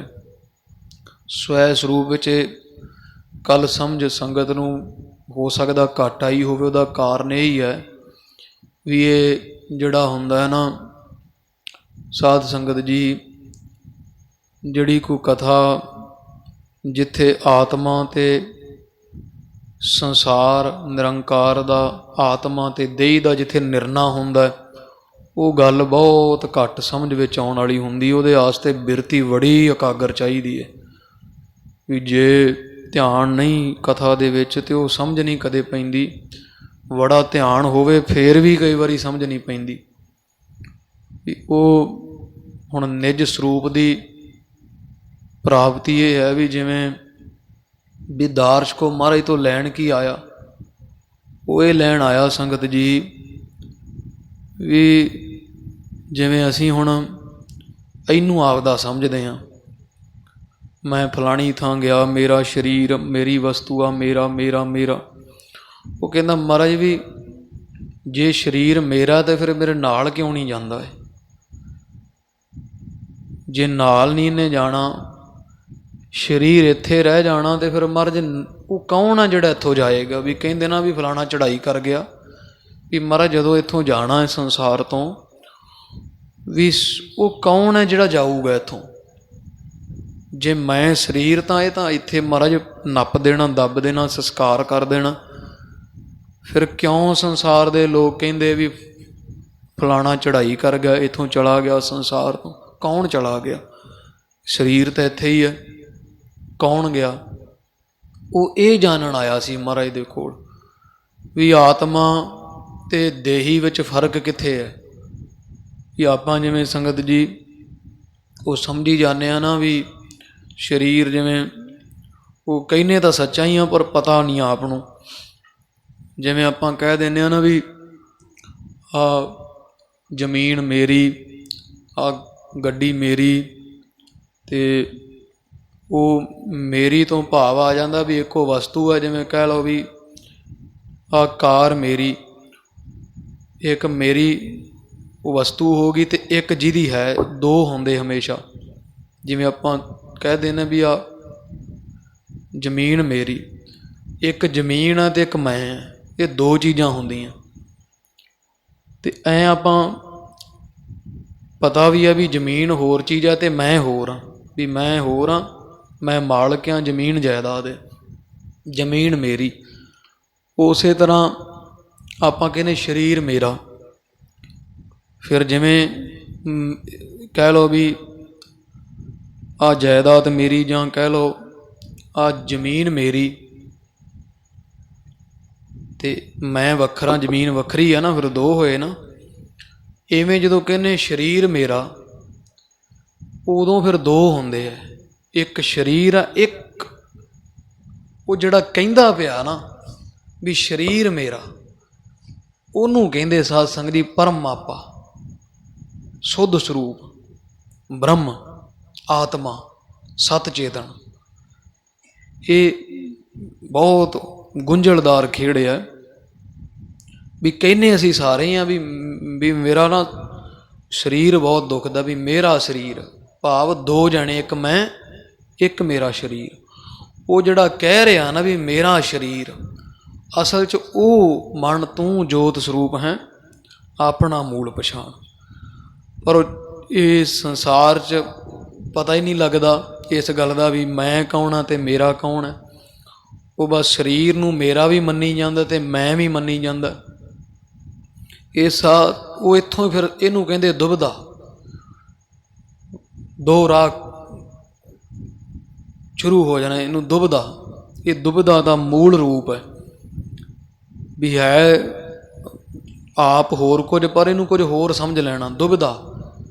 ਇੱਥੋਂ ਫਿਰ ਅੱਗੇ ਦੁਬਿਧਾ ਦਾ ਪਾੜ ਇੰਨਾ ਵੱਧ ਜਾਂਦਾ ਵੀ ਉਹ ਫਿਰ ਪਰਮੇਸ਼ਰ ਅਤੇ ਜੀਵਧਾਰਾ ਇੰਨਾ ਵੱਖਰਾ, ਇੰਨਾ ਵੱਖਰਾ, ਫਿਰ ਅੱਗੇ ਦੀ ਅੱਗੇ 84 ਲੱਖ ਜੂਨੀਆਂ ਦੇ ਵਿੱਚ ਉਹ ਫਿਰ ਪਾੜਾ ਚੌੜਾ ਹੀ ਹੋਈ ਜਾਂਦਾ। ਅਤੇ ਤੁਰਦਾ ਮੁੱਢ ਜਿਹੜਾ ਉਹ ਜਦੋਂ ਤੁਰਦਾ ਉਦੋਂ ਤਾਂ ਮਾਂ ਦੇ ਪੇਟ ਤੋਂ ਪਹਿਲਾਂ ਆਉਣ ਤੋਂ ਪਹਿਲਾਂ ਇਹ ਕਿੱਥੇ ਸੀ? ਉਦੋਂ ਇਹ ਦੁਬਿਧਾ ਸ਼ੁਰੂ ਨਹੀਂ ਹੋਈ ਸੀ। ਅਤੇ ਜਦੇ ਹੀ ਫਿਰ ਸਾਧ ਸੰਗਤ ਜੀ ਇਹ ਲਿਵ ਛੁੜਕੀ ਲੱਗੀ, ਤ੍ਰਿਸ਼ਨਾ ਮਾਇਆ ਅਮਰ ਵਰਤਾਇਆ। ਫਿਰ ਜਦੋਂ ਹੀ ਇਹ ਮਾਂ ਦੇ ਪੇਟ 'ਚ ਆਇਆ, ਫਿਰ ਉੱਥੋਂ ਦੁਬਿਧਾ ਆਰੰਭ ਹੋ ਜਾਂਦੀ ਹੈ। ਫਿਰ ਦੋ ਰਾਹ ਬਣ ਜਾਂਦੇ, ਇੱਕ ਨਿਰੰਕਾਰ ਦਾ, ਇੱਕ ਸੰਸਾਰ ਦਾ, ਇੱਕ ਦੇਹੀ ਦਾ, ਇੱਕ ਆਤਮਾ ਦਾ। ਇਹ ਫਿਰ ਪਾੜਾ ਵੱਧਦਾ ਵੱਧਦਾ ਵੱਧਦਾ ਵੱਧਦਾ ਇੰਨੀ ਦੂਰ ਲੈ ਜਾਂਦਾ, ਇੰਨੀ ਦੂਰ ਲੈ ਜਾਂਦਾ। ਫਿਰ ਸਾਧ ਸੰਗਤ ਜੀ ਪਤਾ ਨਹੀਂ ਲੱਗਦਾ ਵੀ ਹੁਣ ਅਗਲਾ ਰਾਹ ਕਿਹੜਾ ਚੁਣਨਾ, ਪਿਛਾਂਹ ਮੁੜੀਏ ਕਿ ਗਾਂਹ ਜਾਈਏ। ਇਸ ਕਰਕੇ ਉਹ ਦਾਰਸ਼ ਕੋ ਇਹ ਮਹਾਰਾਜ ਕੋਲ ਜਾਣਨ ਆਇਆ ਵੀ ਜੇ ਆਪਾਂ ਆਖੀਏ ਵੀ, ਕਿਉਂਕਿ ਵਿਦਵਾਨ ਬਹੁਤ ਸੀ ਦਾਰਸ਼ ਕੋ। ਆਪਾਂ ਜਾਣਦੇ ਹਾਂ ਮਹਾਰਾਜ ਸਾਨੂੰ ਨੌਕਰੀ ਦੇ ਦਿਓ ਜੀ, ਸਾਨੂੰ ਮਹਾਰਾਜ ਦੁੱਧ ਦੇ ਦਿਓ ਜੀ, ਮਹਾਰਾਜ ਸਾਨੂੰ ਮਾਇਆ ਦੀ ਲੋੜ ਹੈ ਅਤੇ ਉਹ ਪੁੱਤ ਦੀ ਲੋੜ ਹੈ, ਆਹ ਫਲਾਣੀ ਵਸਤੂ ਫਲਾਣੀ ਵਸਤੂ। ਇੱਥੋਂ ਇਹ ਸਿੱਧ ਆ ਵੀ ਇਹ ਆਪਦੇ ਵਾਸਤੇ ਨਹੀਂ ਮੰਗਦਾ, ਇਹ ਸਰੀਰ ਵਾਸਤੇ ਮੰਗਦਾ। ਕਿਉਂਕਿ ਪੁੱਤ ਜਿਹੜਾ ਸਾਧ ਸੰਗਤ ਜੀ ਉਹ ਮਾਤਾ ਅਤੇ ਪਿਤਾ, ਇੱਕ ਇਸਤਰੀ ਇੱਕ ਪੁਰਖ ਦਾ ਸਰੀਰ ਦਾ ਸੰਯੋਗ ਨੇ ਇੱਕ ਸਰੀਰ ਪੈਦਾ ਕੀਤਾ, ਜਿਹੜਾ ਹਰਜੀ ਮਾਤਾ ਹਰਜੀ ਪਿਤਾ। ਉਹ ਹਰੀ ਪਰਮੇਸ਼ਰ ਵਾਹਿਗੁਰੂ ਹੀ ਮਾਂ ਹੈ ਅਤੇ ਵਾਹਿਗੁਰੂ ਪਿਓ। ਜੇ ਕੋਈ ਆਖੇ ਨਹੀਂ ਮੇਰੀ ਮਾਂ ਇਹ ਫਲਾਣਾ ਹੈ ਅਤੇ ਪਿਓ ਇਹ ਹੈ ਵੀ ਆ ਮੇਰੇ ਪ੍ਰਤੱਖ ਮਾਂ ਪਿਓ ਨਾ ਮੈਨੂੰ ਜੰਮਿਆ, ਨਹੀਂ, ਉਹਨਾਂ ਤੇਰਾ ਸਰੀਰ ਪੈਦਾ ਕੀਤਾ ਹੈ। ਉਹ ਜਿਹੜਾ ਵਿਚਲੀ ਜੋਤ ਆ ਉਹ ਇਹਨਾਂ ਦੇ ਵੱਸ ਥੋੜ੍ਹਾ ਹੈ। ਇਸ ਕਰਕੇ ਮਾਂ ਅਤੇ ਪਿਤਾ ਦੇ ਸੰਯੋਗ ਤੋਂ ਇੱਕ ਸਰੀਰ ਪੈਦਾ ਹੁੰਦਾ, ਮਾਸ ਦਾ ਟੁਕੜਾ। ਉਹਦੇ ਵਿੱਚ ਜਿਹੜੀ ਜੋਤ ਫੂਕਦਾ ਉਹਦਾ ਆਤਮਾ ਦਾ ਮਾਂ ਪਿਓ ਪਰਮੇਸ਼ਰ ਹੈ, ਤਾਂ ਉੱਥੇ ਆਤਮਾ ਦੇ ਸਥਲ 'ਤੇ ਖੜ੍ਹ ਕੇ ਗੁਰੂ ਮਹਾਰਾਜ ਨੇ ਬਾਣੀ 'ਚ ਆਖਿਆ ਵੀ ਹਰ ਜੀ ਮਾਤਾ ਹਰ ਜੀ ਪਿਤਾ, ਵੀ ਪਰਮੇਸ਼ਰ ਹੀ ਮਾਤਾ ਆ, ਸਰੀਰ ਦਾ ਮਾਂ ਬਾਪ ਪਰਮੇਸ਼ਰ ਨਹੀਂ। ਪਰਮੇਸ਼ਰ ਉਹ ਜਿਹੜੀ ਅੰਦਰ ਆਤਮਾ ਹੈ, ਜਿਵੇਂ ਮਾਂ ਅਤੇ ਪਿਓ ਦੇ ਸੰਯੋਗ ਤੋਂ ਸਾਧ ਸੰਗਤ ਜੀ ਸਰੀਰ ਪੈਦਾ ਹੁੰਦਾ ਹੈ ਨਾ, ਉਵੇਂ ਆਤਮਾ ਵਾਹਿਗੁਰੂ ਬ੍ਰਹਮ ਅਤੇ ਮਾਇਆ ਦੇ ਸੰਯੋਗ ਤੋਂ ਏਕਾ ਮਾਈ ਜੁਗਤ ਵਿਆਈ ਤਿੰਨ ਚੇਲੇ ਪ੍ਰਵਾਨ, ਇੱਕ ਸੰਸਾਰੀ ਇੱਕ ਭੰਡਾਰੀ ਇੱਕ ਲਾਏ ਦੀ ਬਾਣ। ਇਹ ਫਿਰ ਉਹ ਸਾਰਾ ਪਸਾਰਾ ਰਜੋ ਤਮੋ ਸਤੋ ਤੋਂ ਫਿਰ ਅੱਗੇ ਜੀਵ ਈਸ਼ ਬ੍ਰਹਮ, ਇਹ ਅੱਗੇ ਫਿਰ ਹੋਰ ਖੇਡ ਵੱਖੋ ਵੱਖਰੀ ਤੁਰ ਪੈਂਦੀ ਹੈ। ਇਸ ਕਰਕੇ ਵੀ ਇਹ ਤਾਂ ਪ੍ਰੰਭ 'ਤੇ ਬੇਨਤੀ ਕੀਤੀ ਵੀ ਮੈਨੂੰ ਕੱਲ੍ਹ ਮਹਿਸੂਸ ਹੋਇਆ ਵੀ ਸੰਗਤ ਨੂੰ ਮਗਰੋਂ ਸਮਝ ਨਹੀਂ ਕਥਾ ਆਈ। ਅਖੀਰਵਾ ਜਿਹੜਾ ਆ ਪ੍ਰਸੰਗ ਸੀ ਥੋੜ੍ਹਾ, ਜਿਹੜੀ ਬੇਨਤੀ ਦਾਰਸ਼ਕੋਂ ਨੇ ਕੀਤੀ, ਇਹ ਸੂਖਮ ਪ੍ਰਸੰਗ ਹੁੰਦੇ ਸੰਗਤ ਜੀ, ਜਿੱਥੇ ਕਿਉਂਕਿ ਕਥਾ ਅੱਜ ਹੈ ਹੀ ਕਥਾ ਕਿਹਨੂੰ ਅੱਜ ਨਾਂ ਦਿੱਤਾ ਜਾਂਦਾ ਹੈ, ਰੱਜ ਕੇ ਕਥਾ 'ਚ ਨਿੰਦਾ ਕਰੋ ਅਤੇ ਜਿਹੜੀਆਂ ਆਮ ਘਰੇਲੂ ਗੱਲਾਂ ਉਹ ਸੁਣਾਓ, ਜਿਹੜੀਆਂ ਇੱਕ ਫੱਟੇ 'ਤੇ ਬੈਠਾ ਬਜ਼ੁਰਗ ਵੀ ਸੁਣਾ ਸਕਦਾ ਉਹ ਸੁਣਾਓ, ਉਹਦਾ ਨਾਮ ਫਿਰ ਰੱਖੇ ਕੀ ਜਖੇ ਜੀ ਇਹ ਬੜੀ ਕਥਾ ਹੈ। ਇਹ ਕਥਾ ਸਾਧ ਸੰਗਤ ਜੀ ਲੋਕ ਜਾਣਾ ਇਹੋ ਗੀਤ ਹੈ, ਇਹੋ ਤੋ ਬ੍ਰਹਮ ਵਿਚਾਰ। ਤੋ ਜੈਸੇ ਮਾਨਸ ਉਪਦੇਸ਼ ਜੈਸੇ ਕਾਂਸੀ ਉਪਦੇਸ਼ ਹੋਏ ਮਾਨਸ ਮਰਤੀ ਬਾਰ। ਇਹ ਕਬੀਰ ਸਾਹਿਬ ਜੀ ਕਹਿੰਦੇ ਵੀ ਇਹ ਬ੍ਰਹਮ ਦੀ ਵਿਚਾਰ ਹੈ, ਅਤੇ ਜਿਹੜੀਆਂ ਆਮ ਗੱਲਾਂ ਕੋਈ ਸੁਣਾਈ ਜਾਣੀ, ਕਿਉਂਕਿ ਉਹ ਕਥਾ ਚਲੋ ਇਹ ਨਿੰਦਾ ਨਹੀਂ ਕਿਸੇ ਦੀ, ਪਰ ਅਸੀਂ ਇਹ ਸੁਣ ਕੇ ਨਾ ਜਿਵੇਂ ਵੀ ਸਾਨੂੰ ਕੋਈ ਉੱਤੋਂ ਸਾਖੀਆਂ ਸੁਣਾ ਦੇਵੇ ਅਤੇ ਐਸੀ ਕਥਾ ਸੁਣਾ ਦੇਵੇ ਵੀ ਜਿਹੜੀ ਬਸ ਸਖੈਣ ਸਮਝ ਪੈ ਜਾਵੇ, ਅਤੇ ਜਿਹੜੀਆਂ ਸੰਸਾਰ 'ਚ ਆਮ ਘਟਣ ਵਾਲੀਆਂ ਗੱਲਾਂ ਵੀ ਨੂੰਹ ਨਾਲ ਸੱਸ ਲੜ ਪਈ ਜੀ, ਮਾਂ ਪਿਓ ਦੀ ਸੇਵਾ ਕਰੋ ਜੀ, ਚਲੋ ਠੀਕ ਹੈ, ਇਹ ਸਮਾਜ ਸੁਧਾਰ ਹੈ। ਇਹ ਮਹਾਰਾਜ ਦੀ ਬਾਣੀ ਦਾ ਸਿਧਾਂਤ ਤੱਤ, ਜਿਹੜਾ ਤੱਤ ਸਿਧਾਂਤ ਕਹੋ ਵੀ ਗੁਰਬਾਣੀ ਕੀ ਕਹਿੰਦੀ ਹੈ, ਇਹ ਫਿਰ ਬੜਾ ਉਰੇ ਰਹਿ ਜਾਂਦਾ ਇਹ ਚੀਜ਼ਾਂ ਵੀ ਵੇਖੋ, ਸਭ ਮਹਿ ਜੋਤ ਜੋਤ ਹੈ ਸੋਏ ਤਿਸ ਕਹਿ ਚਾਨਣ ਸਭ ਮਹਿ ਹੋਏ।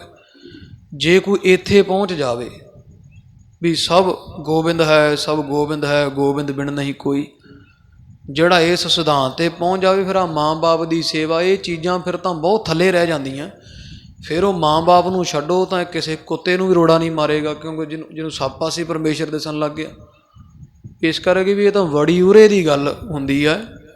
ਉਹ ਫਿਰ ਇੱਦਾਂ ਦਾ ਸੁਣ ਕੇ ਇੱਥੇ ਇੱਕ ਮੰਡਿਆਣੀ ਨਗਰ ਹੈ, ਉੱਥੇ ਦਮਦਮੀ ਟਕਸਾਲ ਤਕਰੀਬਨ 40 ਸਾਲ ਤੋਂ ਕਥਾ ਕਰਦੀ ਹੈ। ਅਸੀਂ ਜਾਈਦਾ 7 ਦਿਨ ਦੀ ਕਥਾ ਕਰਨ। ਪਹਿਲਾਂ ਗਿਆਨੀ ਭੁਪਿੰਦਰ ਸਿੰਘ ਜੀ ਮਹਾਂਪੁਰਖ ਬੋਪਾ ਰਾਏ ਵਾਲੇ ਕਥਾ ਕਰਦੇ ਸੀ, ਜਿਹੜੇ ਦਾਸ ਦੇ ਵਿੱਦਿਆ ਦਾਤੇ ਮਹਾਂਪੁਰਖ ਉਹਨਾਂ ਦੇ ਗਾਂ ਵਿੱਦਿਆ ਦਾਤੇ ਹੈ।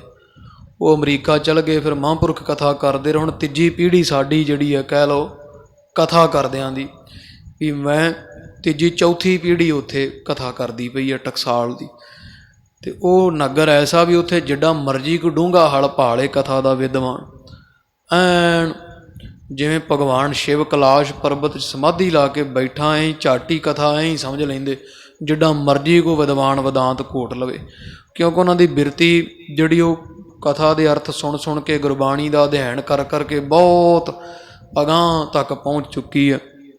ਇੱਥੇ ਵੀ ਜਿਹੜੀ ਸੰਗਤ ਤਕਰੀਬਨ ਸਰੀਰ ਤਾਂ ਉੱਥੇ ਪੜਾਅ ਪਣੇ 'ਤੇ ਤਕਰੀਬਨ 15 ਕੀ ਆਉਂਦੇ ਸੀ ਕਥਾ ਸੁਣਨ, ਜਿਹੜੀ ਆ ਲੜੀਵਾਰ ਚੱਲਦੀ ਹੈ। ਪਰ ਉੱਥੇ ਸੰਗਤ ਜੀ ਇਹ ਨਹੀਂ ਵੀ ਕੋਈ ਕਥਾ ਉੱਥੇ ਕੋਈ ਕਰਦਾ ਹੋਵੇ ਅਤੇ ਉਹ ਅੱਖਾਂ ਪੱਟ ਜਾਂਦੇ ਸੀ, ਕਿਉਂਕਿ 3.5 ਸਾਲ ਜਿਨ੍ਹਾਂ ਨੇ ਕਥਾ ਆਰੰਭ ਕੀਤੀ, ਫਿਰ 3.5 ਸਾਲ ਰੋਜ਼ ਕਥਾ ਸੁਣੀ ਉਹਨਾਂ ਨੇ।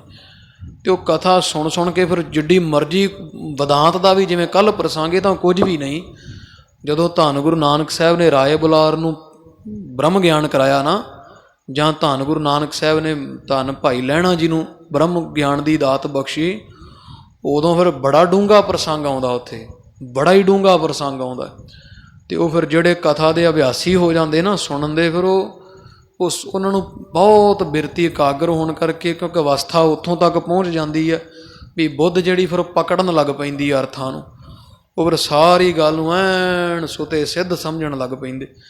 ਇਸ ਕਰਕੇ ਜਿਹੜਾ ਸੁਭਾਅ ਆ ਸੰਗਤ ਜੀ, ਉਹ ਸਾਨੂੰ ਚਾਹੀਦਾ ਵੀ ਜਿਹੜਾ ਗੁਰਬਾਣੀ ਦਾ ਗੂੜ ਗਿਆਨ ਹੈ, ਇਕਤ ਪੱਤਰ ਪਰ ਉਰਕਟ ਕੁਰਕਟ ਇਕਤ ਪੱਤਰ ਪਰ ਪਾਣੀ, ਆਸ ਪਾਸ ਪੰਚ ਜੋਗੀਆ ਬੈਠੇ ਬੀਚ ਨਕਟ ਦੇ ਰਾਣੀ, ਨਕਟੀ ਖੋਠਾ ਨਗਨ ਬਾਡਾ ਡੂੰ ਕਿਨਹਿ ਬਵੇਕੀ ਕਾਟੀ ਤੂੰ। ਇਹਦੇ ਕੀ ਅਰਥ ਕਰਾਂਗੇ? ਭਗਤ ਕਬੀਰ ਸਾਹਿਬ ਦੀ ਗੌੜੀ ਰਾਗ ਦੀ ਮੇਰਾ ਖਿਆਲ ਹੈ ਬਾਣੀ ਭਗਤ ਕਬੀਰ ਸਾਹਿਬ ਦੀ ਹੈ। ਇਹਦੇ ਅਰਥ ਕੌਣ ਕਰੇਗਾ? ਤੇ ਕਿਉਂਕਿ ਹੁਣ ਜੇ ਇੱਦਾਂ ਹੀ ਸੰਸਾਰ ਦੀ ਜਿਹੜੀ ਕਥਾ ਬਾਹਰੀ ਤੌਰ 'ਤੇ ਉਹ ਜਿਹੜੀ ਥੱਲਿਓਂ ਹੀ ਜਿਹੜੇ ਸਮਾਜਿਕ ਤੱਤ ਆ ਕੁਰੀਤੀਆਂ ਉਹਨਾਂ ਨੂੰ ਕਥਾ ਬਣਾ ਕੇ ਕਰੀ ਜਾਣਾ, ਅਤੇ ਫਿਰ ਉਹ ਇਹਦੀ ਕਥਾ ਕੌਣ? ਇਹਦਾ ਮਤਲਬ ਹੀ ਅਰਥ ਹੁਣ ਐਂ ਗੁੱਝੇ ਹੀ ਰਹਿ ਜਾਣਗੇ, ਸਿੱਖਾਂ ਤੱਕ ਨਾ ਪਹੁੰਚਣਗੇ। ਵੀ ਕੌਣ ਦੱਸੇਗਾ ਵੀ ਨਕਟੀ ਕੋ ਠਣਗਣ ਬਾਡਾ ਡੂੰ ਕਿਨਹਿ ਵਿਵੇਕੀ ਕਾਟੀ ਤੂੰ, ਇਹਦੇ ਕੀ ਅਰਥ ਹੈ? ਇਸ ਕਰਕੇ ਵੀ ਸੁਭਾਅ ਪਾਉਣਾ ਚਾਹੀਦਾ ਸਰੋਤਿਆਂ ਸਿੱਖਾਂ ਨੂੰ ਵੀ ਜਿਹੜੀ ਕਥਾ ਗੁਰੂ ਨਾਨਕ ਸਾਹਿਬ ਦੀ ਬਾਣੀ ਦਾ ਜਿਹੜਾ ਗੂੜ ਸਿਧਾਂਤ ਹੈ ਉਹ ਉੱਥੋਂ ਤੱਕ ਪਹੁੰਚ ਕੀਤੀ ਜਾਵੇ। ਵੀ ਆਨੰਦ ਤਾਂ ਠੀਕ ਆ ਆਪਾਂ ਨੂੰ ਇੰਨੇ ਕੁ ਦਾ ਹੀ ਵੜਾਈ ਜਾਂਦਾ, ਪਰ ਇਹ ਸੰਗਤ ਜੀ ਜਿਵੇਂ ਕੋਈ ਲੱਕੜਾਂ ਵੇਚ ਉਹਨੂੰ ਕੋ ਆਖੇ ਤੂੰ ਲੱਕੜ ਜੋ ਵੇਚਦਾ ਅਤੇ ਚੰਦਨ ਵੱਢ ਕੇ ਵੇਚਿਆ ਕਰ, ਉਹ ਚੰਦਨ ਵੇਚੇ ਅਤੇ ਥੋੜ੍ਹੀ ਮਾਇਆ ਵੱਧ ਬਣ ਜਾਂਦੀ ਹੈ। ਫਿਰ ਉਹ ਚੰਦਨ ਛੱਡ ਕੇ ਕੋ ਆਖੇ ਤੂੰ ਚੰਦਨ ਵੇਚਦਾ ਤੂੰ ਚਾਂਦੀ ਕੱਢ ਕੱਢ ਵੇਚਿਆ ਕਰ, ਉਹ ਚਾਂਦੀ ਵੇਚ ਲਵੇ ਮਾਇਆ ਵੱਧ ਜਾਏਗੀ, ਸੋਨਾ ਵੇਚੇ ਹੋਰ ਵੱਧ ਜਾਏਗੀ, ਹੀਰੇ ਵੇਚੇ ਹੋਰ ਵੱਧ ਜਾਏਗੀ। ਇੱਦਾਂ ਉਹ ਜਿਹੋ ਜਿਹੀ ਦੌਲਤ ਇਕੱਠੀ ਕਰੀ ਜਾਓ ਉਹੋ ਜਿਹੀ ਉਹਨੂੰ ਫਿਰ ਕੀਮਤ ਵੱਧ ਮਿਲਣ ਲੱਗ ਪੈਂਦੀ ਹੈ। ਇਸੇ ਤਰ੍ਹਾਂ ਸਾਡੀ ਬੁੱਧੀ ਜਿਹੜੀ ਬਿਰਤੀ ਹੈ ਉਹ ਫਿਰ ਜਿਹੋ ਜਿਹੇ ਡੂੰਘੇ ਅਰਥਾਂ 'ਚ ਉਤਰਨ ਲੱਗ ਪੈਂਦੀ, ਫਿਰ ਉਹੋ ਜਿਹੀ ਕਥਾ ਦਾ ਆਨੰਦ ਆਉਣ ਲੱਗ ਪੈਂਦਾ ਹੋਰ। ਇਹ ਮਹਾਰਾਜ ਸੱਚੇ ਪਾਤਸ਼ਾਹ ਨੇ ਬੁੱਧ 'ਤੇ ਬੜੀ ਕਿਰਪਾ ਕੀਤੀ ਵੀ ਇਹ ਜਿਹੋ ਜਿਹੇ ਪਾਸੇ ਬੁੱਧ ਕਰਮ ਅਨੁਸਾਰ ਹੈ, ਜਿਹੋ ਜਿਹੇ ਤੁਸੀਂ ਕਰਮ ਕਰਨ ਲੱਗ ਪਾਓਗੇ ਤੁਹਾਡੀ ਬੁੱਧੀ ਉਹੋ ਜਿਹੀ ਬਣ ਜਾਏਗੀ ਸੁਤੇ ਸਿੱਧੀ। ਤੋ ਇਸ ਲਈ ਚਲੋ ਤਕਰੀਬਨ ਕਥਾ ਸ਼ੁਰੂ ਕਰੀਏ, ਸਮਾਂ ਹੋ ਗਿਆ। ਭਾਈ ਦਾਰਾ ਸ਼ਕੋ ਜਿਹੜਾ ਇਹਨੇ ਮਹਾਰਾਜ ਤੋਂ ਅਰਦਾਸ ਕਰਕੇ ਆਖਿਆ ਵੀ ਮਹਾਰਾਜ ਵੀ ਮੈਨੂੰ ਕੋਈ ਰਾਜ ਭਾਗ ਦੀ ਲੋੜ ਨਹੀਂ, ਵੀ ਮੈਂ ਹੁਣ ਰਾਜਾ ਬਣ ਵੀ ਜਾਵਾਂਗਾ, ਮਰ ਗਿਆ ਤਾਂ ਚਲਾ ਜਾਣਾ, ਅੱਗੇ ਜਨਮ ਧਾਰਾਂਗਾ, ਮੈਂ ਫਿਰ ਮੰਗਾਂਗਾ ਤੁਹਾਥੋਂ, ਉਹ ਫਿਰ ਖੁੱਸ ਜਾਏਗਾ, ਫਿਰ ਤੁਸੀਂ ਦੇਈ ਜਾਓਗੇ, ਮੈਂ ਮੰਗੀ ਜਾਵਾਂਗਾ। ਇਹ ਨਹੀਂ ਮਹਾਰਾਜ, ਵੀ ਮੈਂ ਤਾਂ ਉਹ ਲੈਣ ਆਇਆ ਵੀ ਜਿਹੜਾ ਇੱਕ ਵਾਰੀ ਲੈ ਲਿਆ ਅਤੇ ਦੁਬਾਰਾ ਮੰਗਣਾ ਹੀ ਨਾ ਪਵੇ। ਫਿਰ ਮੈਨੂੰ ਉਹ ਵਸਤੂ ਦੀ ਦਾਤ ਦਿਓ। ਵੀ ਉਹ ਕੀ ਹੈ? ਉਹ ਮਹਾਰਾਜ ਆਪ ਦੇ ਵਿੱਚ ਅਭੇਦ ਕਰ ਲਓ। ਵੀ ਭਾਵ ਵੀ ਜੇ ਜੰਮਾਂਗਾ ਤਾਂ ਫਿਰ ਮੰਗਾਂਗਾ ਵੀ, ਕਿਉਂਕਿ ਜੇ ਜੰਮੂ ਤਾਂ ਮੈਨੂੰ ਪੁੱਤ ਦੀ ਵੀ ਲੋੜ ਹੈ, ਮੈਨੂੰ ਮਾਇਆ ਦੀ ਵੀ ਲੋੜ ਹੈ, ਢਿੱਡ ਲੱਗਾ। ਵੀ ਮਹਾਰਾਜ ਇਹੋ ਜਿਹੀ ਖੇਡ ਵਰਤਾਓ ਨਾ ਵੀ ਮੈਂ ਜੰਮਾਂ ਹੀ ਨਾ ਦੁਬਾਰਾ, ਅਤੇ ਨਾ ਜੰਮਾਂ ਮਹਾਰਾਜ, ਅਤੇ ਨਾ ਜਿਹੜੀਆਂ ਸੰਸਾਰ ਦੀਆਂ ਫਾਹੀਆਂ ਇਹ ਮੈਨੂੰ ਪੈਣਗੀਆਂ। ਇਸ ਕਰਕੇ ਇਹਨੂੰ ਬ੍ਰਹਮ ਗਿਆਨ ਦੀ ਦਾਤ, ਉਹ ਤਾਂ ਇੱਥੇ ਉਹ ਜਿਹੜੇ ਸਾਧ ਸੰਗ ਦੀ ਬ੍ਰਹਮ ਗਿਆਨ ਦੀ ਅਵਸਥਾ ਬੜੀ ਉੱਚੀ ਹੈ। ਭਾਵੇਂ ਸਰਟੀਫਿਕੇਟ ਵੰਡ ਦਿੰਦੇ 2 ਸਾਲ ਆਓ ਜੀ ਤੁਹਾਨੂੰ ਬ੍ਰਹਮ ਗਿਆਨ, ਉਹ ਮੁੜ ਕੇ ਆ ਕੇ ਠੱਗੀਆਂ ਮਾਰਦੇ ਫਿਰਦੇ ਪਿੰਡ 'ਚ। ਇਹ ਕੋਈ ਬ੍ਰਹਮ ਗਿਆਨ ਥੋੜ੍ਹੀ ਹੈ। ਬ੍ਰਹਮ ਗਿਆਨ ਦੀ ਅਵਸਥਾ ਬਹੁਤ ਉੱਚੀ ਹੈ। ਇਹਨੂੰ ਠੀਕ ਹੈ ਸਿੱਖਾਂ ਨੇ ਧੰਦਾ ਬਣਾ ਕੇ ਇਹਨੂੰ ਨੀਵਾਂ ਪੱਧਰ, ਇਹਦਾ ਦਰਜਾ ਬਹੁਤ ਬ੍ਰਹਮ ਗਿਆਨ ਵਾਸਤੇ ਜੋਗੀ ਕਈ ਸੌ ਸਾਲ ਲੜਕਦੇ ਮਰ ਗਏ ਰੁੱਖਾਂ ਦੇ ਨਾਲ। ਬ੍ਰਹਮ ਗਿਆਨ ਤਾਂ ਭਾਈ ਮਣੀ ਸਿੰਘ ਦਾ ਬੰਦ ਕੱਟਿਆ ਅਤੇ ਉਹ ਇੱਥੇ ਟੋਕਾ ਮਾਰਨ ਲੱਗਾ ਜਲਾਦ। ਭਾਈ ਮਣੀ ਸਿੰਘ ਨੇ ਬਾਂਹ ਫੜ ਲਈ, ਕਹਿੰਦਾ ਤੈਨੂੰ ਦੀਦਾ ਨਹੀਂ, ਕੀ ਹੁਕਮ ਹੋਇਆ ਤੈਨੂੰ? ਕਹਿੰਦਾ ਮਹਾਰਾਜ ਹੁਕਮ, ਜਲਾਦ ਕਹਿੰਦਾ ਵੀ ਮੈਨੂੰ ਬੰਦ ਕੱਟਣ ਦਾ ਹੁਕਮ ਹੋਇਆ। ਅਤੇ ਭਾਈ ਮਣੀ ਸਿੰਘ ਸਾਹਿਬ ਕਹਿੰਦੇ ਵੀ ਪਹਿਲਾ ਬੰਦ ਇੱਥੇ ਬਣਦਾ ਕਿ ਇੱਥੇ ਬਣਦਾ? ਤੂੰ ਇੱਥੇ ਮਰੀ ਜਾਂਦਾ, ਇੱਥੇ ਮਾਰ ਪਹਿਲਾ ਟੋਕਾ, ਤੂੰ ਆਪਦੇ ਖਸਮ ਦਾ ਹੁਕਮ ਵਜਾ ਅਤੇ ਅਸੀਂ ਆਪਦੇ ਦਾ ਵਜਾਉਣੇ। ਇਹ ਆ ਸਾਧ ਸੰਗਤ ਦੀ ਬ੍ਰਹਮ ਗਿਆਨ ਦੀ ਅਵਸਥਾ। ਅਤੇ 2 ਟੋਕਰੇ ਸੁਖਮਣੀ ਸਾਹਿਬ ਸ਼ੁਰੂ ਕਰ ਲਿਆ, 2 ਟੋਕਰੇ ਮਾਸ ਦੇ ਭਰ ਗਏ ਸੀ, ਅਤੇ 2 ਟੋਕਰਿਆਂ 'ਚੋਂ ਮਾਸ ਵੱਢੇ ਤੋਂ ਬਾਅਦ ਵੀ ਸੰਪੂਰਨ ਜਪਜੀ ਸੁਖਮਣੀ ਸਾਹਿਬ ਕੀਤਾ, ਆਵਾਜ਼ ਆਉਂਦੀ ਰਹੀ।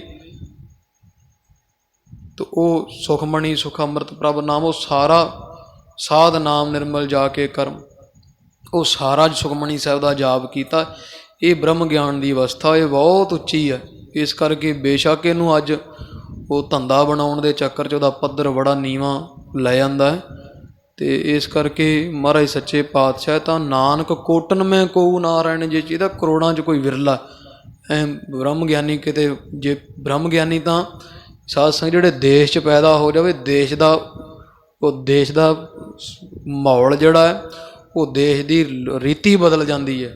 ਗੁਰੂ ਨਾਨਕ ਸਾਹਿਬ ਮਹਾਰਾਜ ਦੇ ਆਉਣ ਤੋਂ ਪਹਿਲਾਂ ਰਾਜ ਕਿਹੋ ਜਿਹਾ ਸੀ ਹਿੰਦੁਸਤਾਨ 'ਤੇ, ਅਤੇ ਗੁਰੂ ਨਾਨਕ ਦੇ ਬ੍ਰਹਮ ਰੂਪ, ਕਿਉਂਕਿ ਬ੍ਰਹਮ ਗਿਆਨੀ ਆਪ ਪਰਮੇਸ਼ਰ, ਧੰਨ ਗੁਰੂ ਨਾਨਕ ਸਾਹਿਬ ਬ੍ਰਹਮ ਗਿਆਨੀ ਸਨ। ਬ੍ਰਹਮ ਗਿਆਨੀ ਪਰਮੇਸ਼ਰ ਸਰੂਪ ਗੁਰੂ ਨਾਨਕ ਸਾਹਿਬ ਦੇ ਆਉਣ ਤੋਂ ਪਹਿਲਾਂ ਧਰਤੀ ਵੇਖੋ ਕਿਹੋ ਜਿਹੀ ਸੀ, ਅਤੇ ਬ੍ਰਹਮ ਗਿਆਨੀ ਦੇ ਆਉਣ ਤੋਂ ਬਾਅਦ ਹੁਣ ਧਰਤੀ ਵੇਖੋ ਕਿਹੋ ਜਿਹੀ। ਬ੍ਰਹਮ ਗਿਆਨੀ ਸਾਧ ਸੰਗਤ ਜੀ ਜਿਵੇਂ ਪੇੜਾ ਉਹ ਹੋਵੇ ਨਾ ਆਟੇ ਦਾ, ਉਹ ਇੱਕ ਨੇ ਕਿਸੇ ਨੇ ਪੇੜਾ ਕੀਤਾ, ਉਹ ਕਿਵੇਂ ਦਾ, ਅਤੇ ਉਹਦੇ 'ਤੇ ਕੱਟ ਹੋਣ, ਝੁਰੜੀਆਂ ਹੋਣ, ਪੈੜਾ ਜਿਹਾ ਹੋਵੇ, ਅਤੇ ਉਹਨੂੰ ਫੜ ਕੇ ਦੁਬਾਰਾ ਗੁੰਨ ਦੇਵੇ ਕੋਈ। ਗੁਰੂ ਨਾਨਕ ਸਾਹਿਬ ਨੇ ਧਰਤੀ ਨੂੰ ਫੜ ਕੇ ਦੁਬਾਰਾ ਗੁੰਨ ਕੇ ਐਂ ਵਿਖਾ ਦਿੱਤਾ। ਇਹ ਜਦੋਂ ਬ੍ਰਹਮ ਗਿਆਨੀ ਕੋਈ ਪੈਦਾ ਹੋ ਜਾਏ ਤਾਂ ਯੁੱਗ ਬਦਲ ਜਾਂਦੇ ਆ। ਇਸ ਕਰਕੇ ਮਹਾਰਾਜ ਸੱਚੇ ਪਾਤਸ਼ਾਹ ਦੇ ਘਰੋਂ ਬ੍ਰਹਮ ਗਿਆਨ ਦੀ ਦਾਤ ਲੈਣ ਵਾਸਤੇ ਦਾਰਸ਼ਕੋ ਆਇਆ। ਉਹ ਜਿਵੇਂ ਫਿਰ ਮਹਾਰਾਜ ਨੇ ਉਪਦੇਸ਼ ਬਖਸ਼ਿਆ, ਉਹ ਜਿੰਨੀ ਕੁ ਕਥਾ ਮਹਾਰਾਜ ਨੂੰ ਪਾਉਂਦਾ ਆਪਾਂ ਆਰੰਭ ਕਰੀਏ ਜੀ। ਸਤਿਨਾਮ ਸ੍ਰੀ ਵਾਹਿਗੁਰੂ ਸਾਹਿਬ ਜੀਓ। ਦੋਹਰਾ ਸ੍ਰੀ ਸਤਿਗੁਰੂ ਜੀ। ਧੰਨ ਸਾਹਿਬ ਸ੍ਰੀ ਗੁਰੂ ਹਰਿ ਸਾਹਿਬ ਜੋ ਸੱਚੇ ਸਤਿਗੁਰੂ ਹਨ। ਭੁਗਤ ਮੁਕਤ ਦੇ ਦਾਨ। ਇਹ ਦਾਰਸ਼ਕੋਂ ਨੇ ਬੇਨਤੀ ਕੀਤੀ, ਮਹਾਰਾਜ ਮੇਰੇ ਤੇ ਕਿਰਪਾ ਕਰੋ, ਮੈਨੂੰ ਬ੍ਰਹਮ ਗਿਆਨ ਦੀ ਦਾਤ ਬਖਸ਼ੋ। ਤਾਂ ਕਵੀ ਜੀ ਕਹਿੰਦੇ ਧੰਨ ਗੁਰੂ ਹਰਿ ਸਾਹਿਬ ਜੀ ਜਿਹੜੇ ਭੁਗਤੀ ਦਾ ਤੇ ਮੁਕਤੀ ਦਾ ਭਾਰੀ ਦਾਨ ਦੇਣ ਵਾਲੇ ਹੈ। ਹਿਰਦਾ ਸ਼ੁੱਧ ਦੇਖਣ ਕਰਿਓ। ਤੇ ਇਹ ਸਾਧ ਸੰਗ ਜਦੋਂ ਮਹਾਰਾਜ ਨੇ ਵੇਖਿਆ ਨਾ ਵੀ ਦਾਰਸ਼ਕੋ ਦਾ ਹਿਰਦਾ ਬੜਾ ਹੀ ਸ਼ੁੱਧ ਹੈ, ਬੜਾ ਪਵਿੱਤਰ ਮਨ ਦੀ ਬੜੀ ਭਾਵਨਾ ਹੈ ਇਹਦੀ, ਤੇ ਮਹਾਰਾਜ ਨੇ ਜਦੋਂ ਮਨ ਦਾ ਸਾਫ਼ ਵੇਖਿਆ ਹੈ। ਦਾਰਸ਼ਕੋ ਸੁਜਾਨ। ਬੜੇ ਸਿਆਣੇ ਦਾਰਸ਼ਕੋ ਨੂੰ ਮਹਾਰਾਜ ਨੇ ਅਧਿਕਾਰੀ ਜਾਣਿਆ ਵੀ ਹੁਣ, ਕਿਉਂਕਿ ਭਾਂਡਾ ਸੰਗਤ ਜੀ ਉਹਦੇ ਭਾਂਡਾ ਅਧਿਕਾਰੀ ਆ। ਹੁਣ ਜਿਵੇਂ ਦੁੱਧ ਪਾਉਣਾ ਤੇ ਭਾਂਡਾ ਮਾਂਜਾ ਹੀ ਹੋਵੇ ਨਾ ਤੇ ਫੇਰ ਹੀ ਪਾਈਦਾ। ਇਸ ਤਰ੍ਹਾਂ ਮਹਾਰਾਜ ਫਿਰ ਮਨ ਵਹਿੰਦੇ ਆ ਵੀ ਇਹ ਕੋਈ ਚੀਜ਼ ਸਾਂਭਣ ਜੋਗਾ ਹੈ ਜਿਹੜੀ ਇਹਨੂੰ ਦੇਣੀ ਆ। ਤਾਂ ਮਹਾਰਾਜ ਸੱਚੇ ਪਾਤਸ਼ਾਹ ਨੇ ਜਾਣਿਆ ਵੀ ਇਹ ਭਾਂਡਾ ਬਣਿਆ ਹੋਇਆ, ਇਹ ਦਾਰਸ਼ਕੋ ਬੜਾ ਸਿਆਣਾ ਹੈ ਤੇ ਬੜੀ ਇੱਛਾ ਭਾਵਨਾ ਸ਼ਰਧਾ ਰੱਖਦਾ ਹੈ। ਚੌਪਈ ਤੁਰ ਕੇਸਰ ਕੇ ਬਨ ਸਮਝਾਰੇ। ਫਿਰ ਮਹਾਰਾਜ ਨੇ ਆਖਿਆ ਦਾਰਸ਼ਕੋ ਤੂੰ ਤੁਰਕਾਂ ਦੇ ਘਰ ਵਿੱਚ ਪੈਦਾ ਹੋਇਆ ਹੈ। ਸ਼ੁਭ ਮਤ ਉਪਜਿਓ ਗੁਣ ਵਿਚਾਰੇ। ਇਹ ਚੁਗੱਤੇ ਸੀਗੇ ਜਿਹੜੇ ਬਾਬਰ ਕੇ ਸੀ, ਜਿਵੇਂ ਆ ਕੋਈ ਸੰਧੂ ਢਿੱਲੋਂ ਇੱਦਾਂ ਨਾ, ਇਹ ਚਗੱਤੇ ਸੀਗੇ ਜਿਹੜੇ ਆ ਬਾਬਰ ਕੇ ਤੇ ਔਰੰਗਜ਼ੇਬ ਕੇ, ਇਹਨਾਂ ਦੀ ਜਾਤ ਸੀਗੀ ਜਿਹਨੂੰ ਗੋਤ ਕਹਿ ਦਿੰਦੇ ਆ। ਤਾਂ ਮਹਾਰਾਜ ਕਹਿੰਦੇ ਤੂੰ ਤੁਰਕਾਂ ਦੇ ਅੰਦਰ ਚੁਗੱਤੇ ਵੰਸ਼ ਵਿੱਚ ਪੈਦਾ ਹੋਇਆ ਦਾਰਸ਼ਕੋ, ਪਰ ਤੇਰੇ ਮਨ ਵਿੱਚ ਬੜੀ ਮੱਤ ਜਿਹੜੀ ਤੇਰੀ ਨਾ ਮੱਤ ਗੁਣ ਬਹੁਤ ਆ ਤੇਰੇ 'ਚ, ਤੇ ਬੜਾ ਭਾਰੀ ਗੁਣਾਂ ਦੇ ਵਿਚਾਰ ਕਰਨ ਵਾਲਾ ਹੈ, ਸ਼੍ਰੇਸ਼ਟ ਮਤ ਵਾਲਾ ਹੈ। ਮਰੂ ਦੇਸ਼ ਜਿਮ ਸੁਰ ਤਰ ਹੋਵਾ। ਵੀ ਮਹਾਰਾਜ ਕਹਿੰਦੇ ਵੀ ਜਿਹੜੇ ਘਰ 'ਚ ਤੂੰ ਪੈਦਾ ਹੋਇਆ ਇਹਨਾਂ ਨੂੰ ਕੀ ਖਬਰ ਹੈ ਵੀ ਬ੍ਰਹਮ ਗਿਆਨ ਕੀ ਹੁੰਦਾ। ਪਰ ਦਾਰਸ਼ਕੋ ਅਸੀਂ ਵੇਖ ਕੇ ਹੈਰਾਨ ਆ ਵੀ ਇੱਕ ਰਾਜੇ ਦਾ ਪੁੱਤਰ ਬ੍ਰਹਮ ਗਿਆਨ ਦੀਆਂ ਗੱਲਾਂ ਕਰੇ। ਇਹ ਤਖਤ 'ਤੇ ਬੈਠਾ ਹੋਇਆ ਕੋਈ ਮਨੁੱਖ ਰਾਜ ਭਾਗ ਤਾਂ ਮੰਗਦਾ ਵੇਖਿਆ, ਪਰ ਕੋਈ ਬ੍ਰਹਮ ਗਿਆਨ ਮੰਗਦਾ ਪਹਿਲੀ ਵਾਰੀ ਵੇਖਿਆ।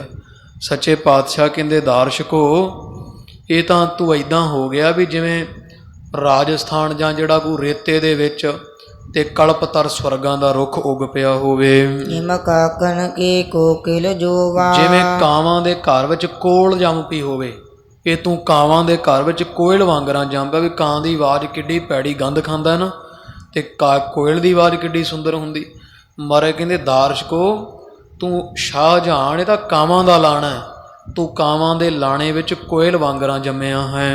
ਬਕਨ ਬੰਸ ਕਲ ਹੰਸ ਉਪੰਨਾ। ਜਾਂ ਐਂ ਕਹਿ ਲੈ ਵੀ ਜਿਵੇਂ ਬਗਲਿਆਂ ਦੇ ਵਿੱਚ ਪਰਮਹੰਸ ਪੈਦਾ ਹੋ ਗਿਆ ਹੋਵੇ, ਤੇਰੀ ਉਹ ਹਾਲਤ ਹੈ ਜੀ। ਤੋ ਖੁਦਾਈ ਦਰਵਸ ਪ੍ਰਸੰਨਾ। ਮਹਾਰਾਜ ਕਹਿੰਦੇ ਤੇਰੇ ਤੇ ਕਿਸੇ ਦਰਵੇਸ਼ ਦੀ ਬੜੀ ਭਾਰੀ, ਮਹਾਰਾਜ ਇਸ਼ਾਰਾ ਕਰਦੇ ਸਾਈਂ ਮੀਆਂ ਮੀਰ ਵੱਲ। ਮਹਾਰਾਜ ਕਹਿੰਦੇ ਦਾਰਸ਼ਕੋ ਤੇਰੇ ਤੇ ਕਿਸੇ ਭਾਰੀ ਫਕੀਰ ਦੀ ਬੜੀ ਮਿਹਰ ਹੋਈ ਹੈ। ਪਰਮਾਰਥ ਮਹਿ ਸੰਵਤ ਲਗਾਈ। ਕਿਸੇ ਮਹਾਨ ਸਤਪੁਰਖ ਨੇ ਸਾਈਂ ਮੀਆਂ ਮੀਰ ਵਰਗੇ ਨੇ ਤੇਰੀ ਜਿਹੜੀ ਸੁਰਤੀ ਬਿਰਤੀ ਹੈ ਉਹਨੂੰ ਪਰਮੇਸ਼ਰ ਵਾਲੇ ਪਾਸੇ ਲਾ ਦਿੱਤਾ, ਪਰਮਾਰਥ ਵਾਲੇ ਪਾਸੇ ਲਾਇਆ ਹੈ। ਜਨਮ ਮਰਨ ਕੀ ਖੈਦ ਚਿਤਾਈ। ਜਿਸ ਕਰਕੇ ਜਿਹੜੀ ਜੰਮਣ ਮਰਨ ਦੀ ਦੋ ਚਿਤਾਈ ਦੁਬਿਧਾ ਹੁੰਦੀ ਹੈ ਉਹ ਤੇਰੀ ਨਾਸ਼ ਹੋ ਚੁੱਕੀ ਹੈ। ਵਿਖੈ ਵਾਸਨਾ ਦੁਰਮਤ ਨਾਸੀ। ਤੇ ਜਿਹੜੇ ਤੇਰੇ ਮਨ ਵਿੱਚ ਵਿਸ਼ਿਆਂ ਦੀ ਵਾਸ਼ਨਾ ਹੁੰਦੀ ਹੈ, ਖੋਟੀ ਮਤ ਹੁੰਦੀ ਹੈ, ਸਾਨੂੰ ਦਿਸਦਾ ਪਿਆ ਤੇਰੇ ਮਨ ਵਿੱਚ ਵਿਸ਼ਿਆਂ ਦੀ ਵਾਸ਼ਨਾ ਤੇ ਖੋਟੀ ਮਤ ਵੀ ਨਾਸ਼ ਹੋ ਚੁੱਕੀ ਹੈ।